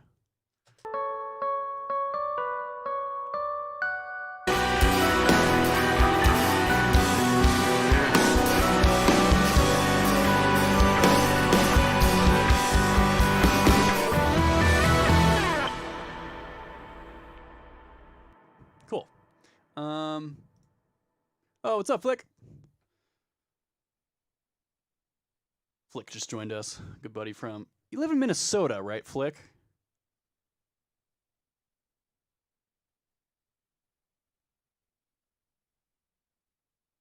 All right. North Dakota. Close enough. All right. Check out these sound effects. All right. Big sub hit. Normalize that. Probably this other one too.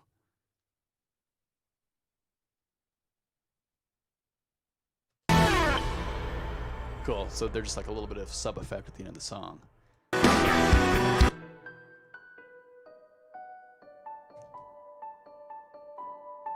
Distant piano. Probably crank up the hall reverb on that.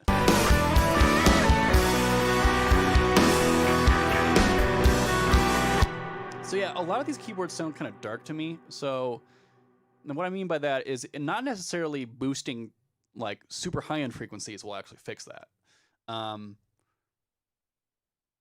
For instance, on this piano, to get it to really kind of stand out a little bit more in the mix, what I'll actually do is...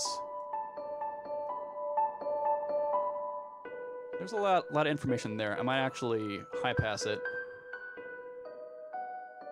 And then using the Pro Q3, this is what I love so much about this, is I'm going to find the frequencies where you're actually hearing the notes, like where you're perceiving them.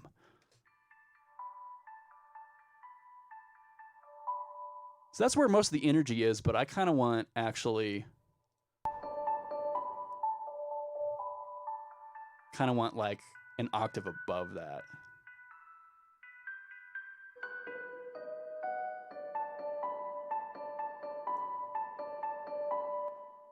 And to me, that makes it sound a little bit more clear than...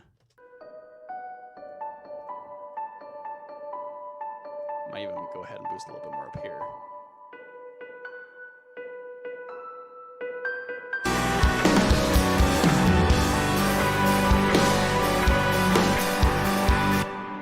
So yeah, and when you put it in the mix, like those frequency ranges that it just boosts are where you're actually kind of hearing the instrument, or where you're like perceiving where the notes are.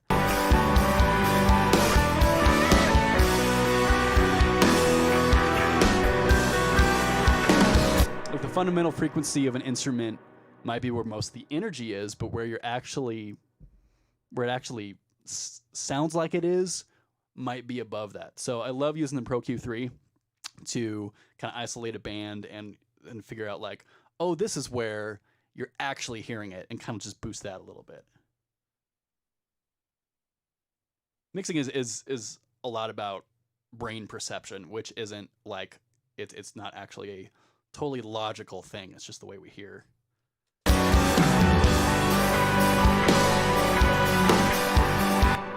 I'll probably compress all of these keyboards a little bit, but I'm just going to do volume balance for now. So same thing here. A lot of low end energy I don't think is going to benefit our mix in the long run. Take out some of that low mid. Let's find where the upper octaves are.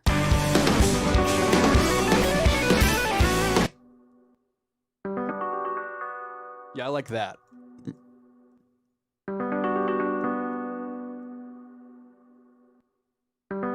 So again, making something brighter isn't necessarily like, oh, you boost all the frequencies up here. That might not do it. Like, if you listen through, let me just demonstrate on a guitar.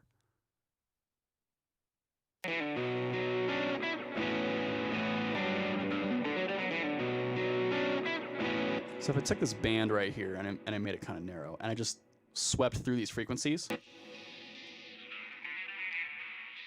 like all this stuff up here, you barely even hear any notes once you kind of get past like 2000 hertz.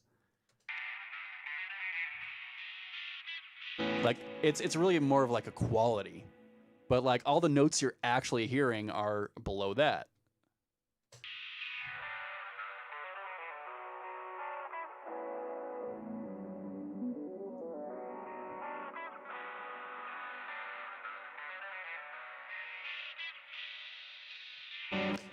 So it's really important to, and especially if you can get Pro Q3, I highly recommend it. So you can kind of listen through and actually hear the bands that you're affecting. So like, again, reiterate, boosting your treble doesn't always make it clearer. It just might make it more shrill. The notes, you got to think about, if you can't necessarily hear where the notes are, it might be a mid-range thing and like an upper mid-range thing that you might want more of that to make it clearer in the mix. And again, you're like 3K and up is more quality rather than actual note information. Okay, back to keyboards. Check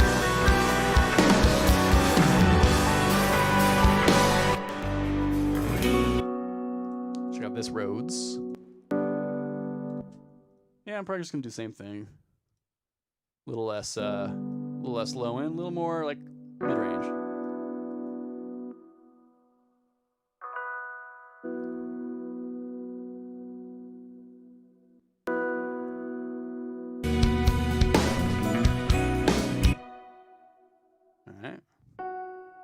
This piano as well, I want to adjust. I know Travis is going for a darker thing. So by itself, yeah, it sounds dark and it has a really cool tone, but it might not work in the mix necessarily. So I'm going to take that down a little bit.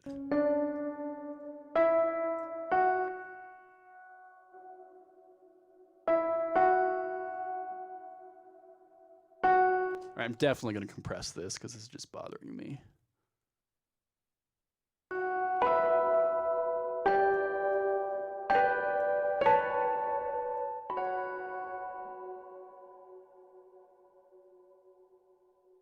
This is a weird one. It's kind of hard to work with. I might just go ahead and give a big boost to the high end.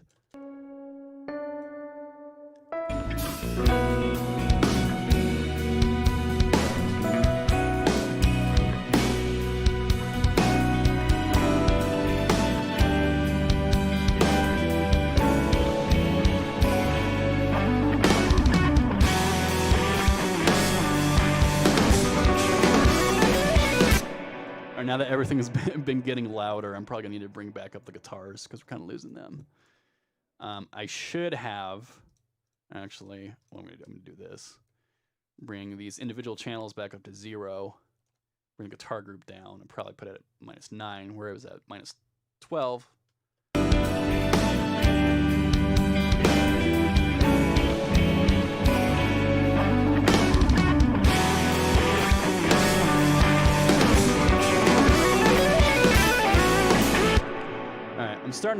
my compressor pretty hard now.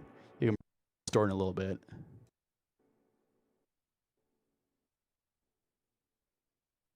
So I'm actually, because I started at -12 on all my mixer channels, I used a limiter to kind of bring it back up so you guys wouldn't be listening to a super quiet signal.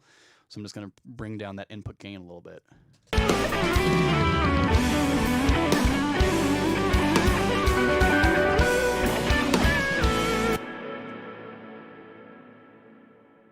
A little bit more volume out of the lead guitar.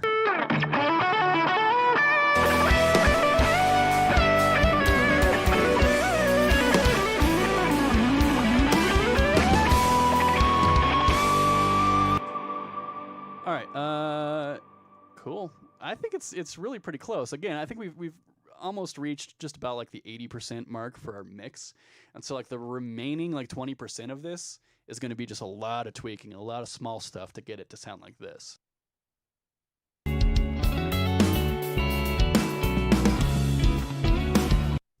But we're pretty close. We're pretty close. I definitely hear a little bit more low mid information in the instruments in the mix we have right now, which I might just need to kind of clear up a little bit. But yeah, we did that in about 2 hours. So I'm just going to do a couple small things, and then I think we'll probably be done for the day. Like toms, one thing I like to do with toms is I'm going to add like a plate verb to them because I love the sound of plate verb. Oop.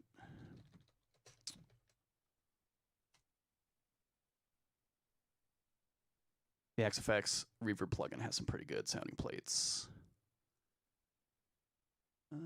Let's find a tom fill that we can loop.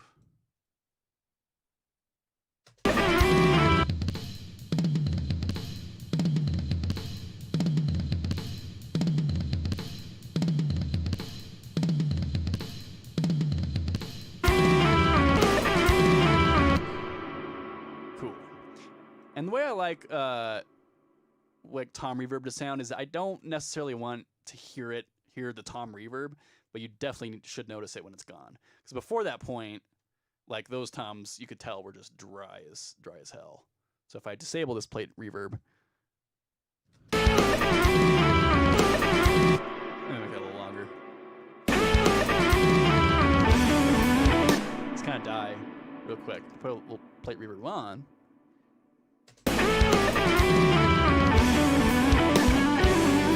It's very subtle, but it's definitely there. It's definitely there. I'm going to add a little bit more high end to the toms.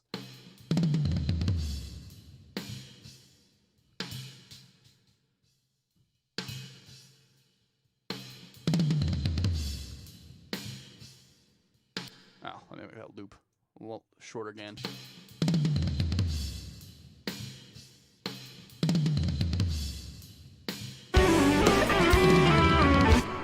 Yeah, not bad. Not bad. I think I'm actually going to adjust that. I don't think I actually set the side chain for the first tom. Ugh, hate that. All right. So I'm going to do that.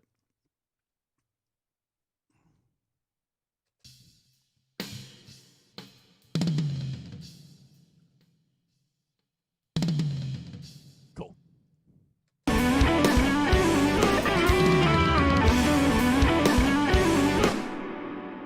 Cool. And again, so I mean, there's a lot of reverb on there, but we're filling up space, right? And that's kind of these guys' sound, and I think it sounds great. A couple tracks we didn't look at, these synths. Let's see what we got here.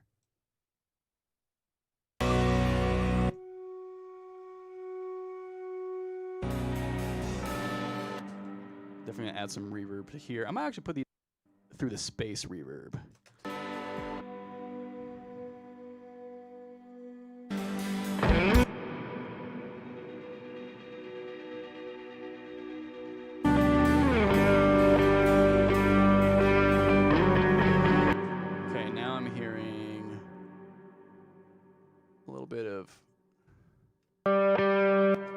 Take out, let's find the frequency I want to take out on this lead guitar. I think it's right up around there. Yeah, that's way cleaner now. So if I disable that, put it back on. and that sits a little bit better. Cool. And I think for now, yeah, we pretty much hit the 80% mark here, and it's almost 8 o'clock, and I gotta go make some dinner. So I'm just gonna throw on the. This isn't the limiter I'll probably end up using. I of course am gonna use a fab filter limiter because it's awesome, but I can't use a fab filter limiter because it has a lot more latency than this K-clip one. The K-clip one has very low latency, so I can actually use my vocal mic because I've got the little vocal mic talkback thing right up here, and if there was any latency on it, it would just like totally throw me off. So instead, I'm going to use the fab filter L2. I'm also going to use isotope ozone.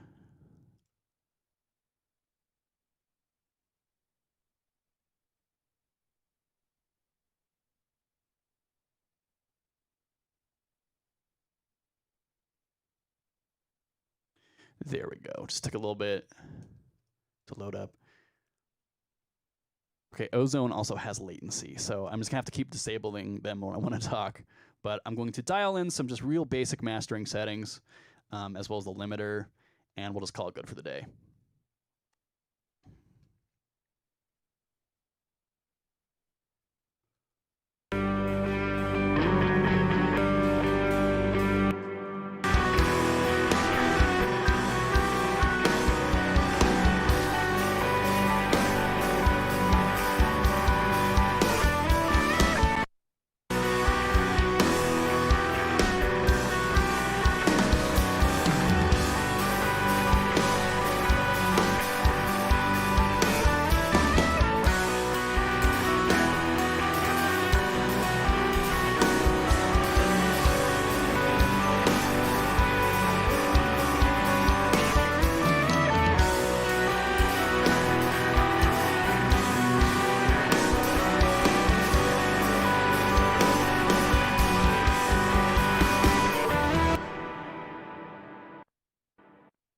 Cool. I think it sounded pretty good. It's definitely going to need a lot of refinement to get to that final 100%. I think we're probably about like 80-85% of the mix there. But you guys can see, like, I haven't even done any like EQ or compression adjustments on these other keyboard tracks, and which I will definitely do. But they're really well engineered samples, so I might not need to do much adjusting to it. All right. Before we're done, does anybody have any questions that they would like to ask me? Oh, what key is this in? I do not have perfect pitch. I have pretty good relative pitch. I'm gonna have to check check with the guitar. Hold on.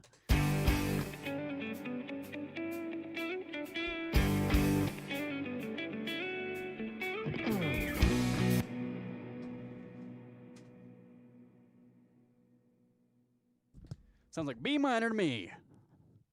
Good old B minor.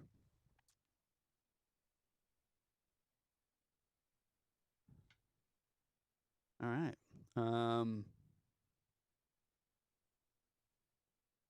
Oh yeah, that's actually a good idea. I'm gonna try to play the dry mix. I actually probably should have like exported it totally dry, because now I have to manually disable all of the effects. I think I wish. Oh wait.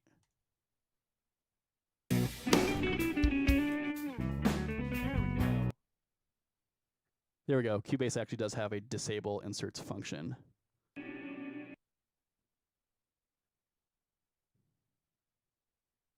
All right, so I will play the dry mix, probably just like a minute or two, and then we'll hear the wet mix.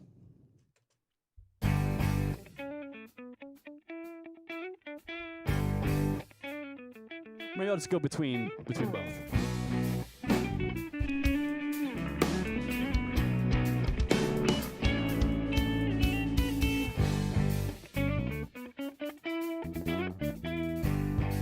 And this is, by the way, this is also without mastering, even with all the effects.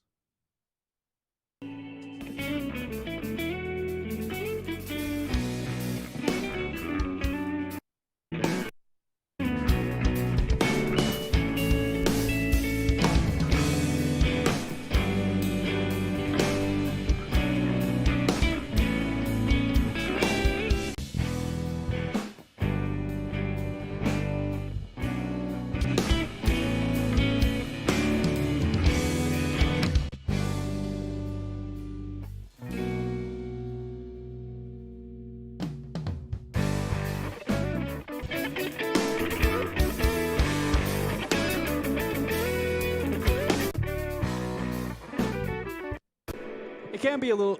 Oh crap. Sorry, the stupid mastering effects. I have latency. I just cannot speak through it. It can be a little deceiving, especially when the dry mix is so much lower in volume. Yeah, Matt just said it's weird how much of an automatic garage band vibe the untouched tracks have. Yeah, that's the entire purpose of mixing. I mean, like if you heard any super just unprocessed tracks, really probably from any song, you would not be impressed, right? But one thing I hope I illustrated by doing this session is that a lot of your mixing is actually just volume balance. I mean, there's a lot of processing, obviously, like on drums, but there's not a lot of EQ I did to the guitars. There's a little bit of processing I did to the bass. It's mostly the drum stuff, but most of the mixing I did here was actually just proper volume balance, and I think it actually sounds pretty great. All right, I'm just gonna play the song all the way through with all the effects on, and I hope you guys had a good time. Ask me a few more questions, and again, Thursday night at 8 p.m. Eastern, I'm gonna play 90 minutes of Dream Theater covers on bass. It's gonna be sweet. So hope you guys enjoyed it. Here is Dango Fuji.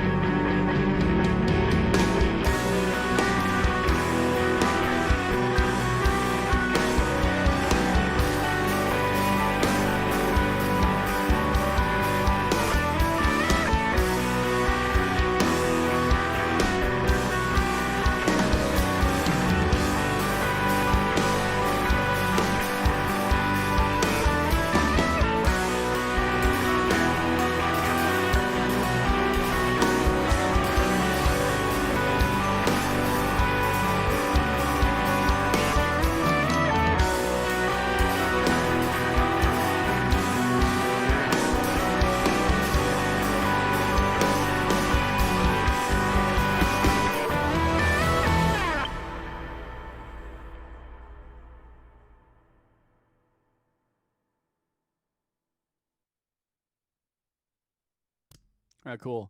Uh, Travis, drummer and backing track programmer here, reminded me that I actually did not do the choir. Let's just check that out real quick.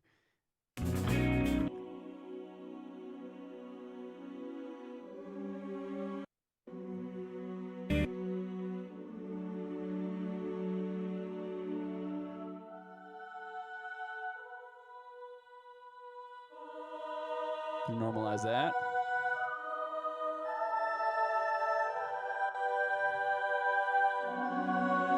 Actually boosting a little 3K to make it a little bit more audible and clear.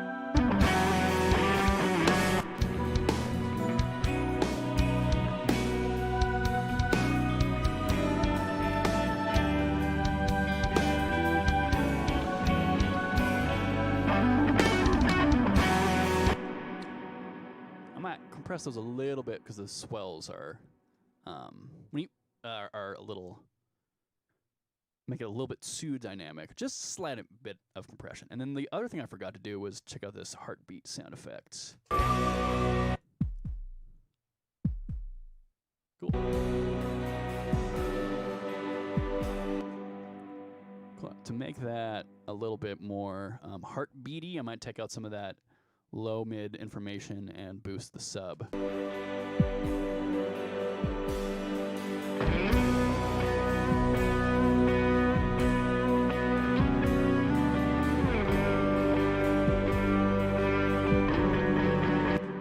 Cool, but anyway, yeah, that's the song. So I'm pretty much done here, and over the next few days, I'll probably be refining these. Probably just doing small EQ and compression adjustments to like the keyboard instruments and some of the other stuff. Doing small adjustments to pretty much everything else, and then you guys should go check out Dango. They're on I know they're on Facebook, they're on Spotify, they're on iTunes, they're all on that good stuff. They're a cool band. Bunch of really good dudes, fun to hang out with. Trent, one of the guitar players, also subbed in Silva for a gig when Peter could not make it. But yeah, I hope you guys enjoyed this. I'm definitely gonna be doing more of these, but make sure you check me out on a Thursday at 8, same channels, Facebook, YouTube, and Twitch. I'm gonna be playing 90 minutes of Dream Theater covers. So stay safe, stay healthy.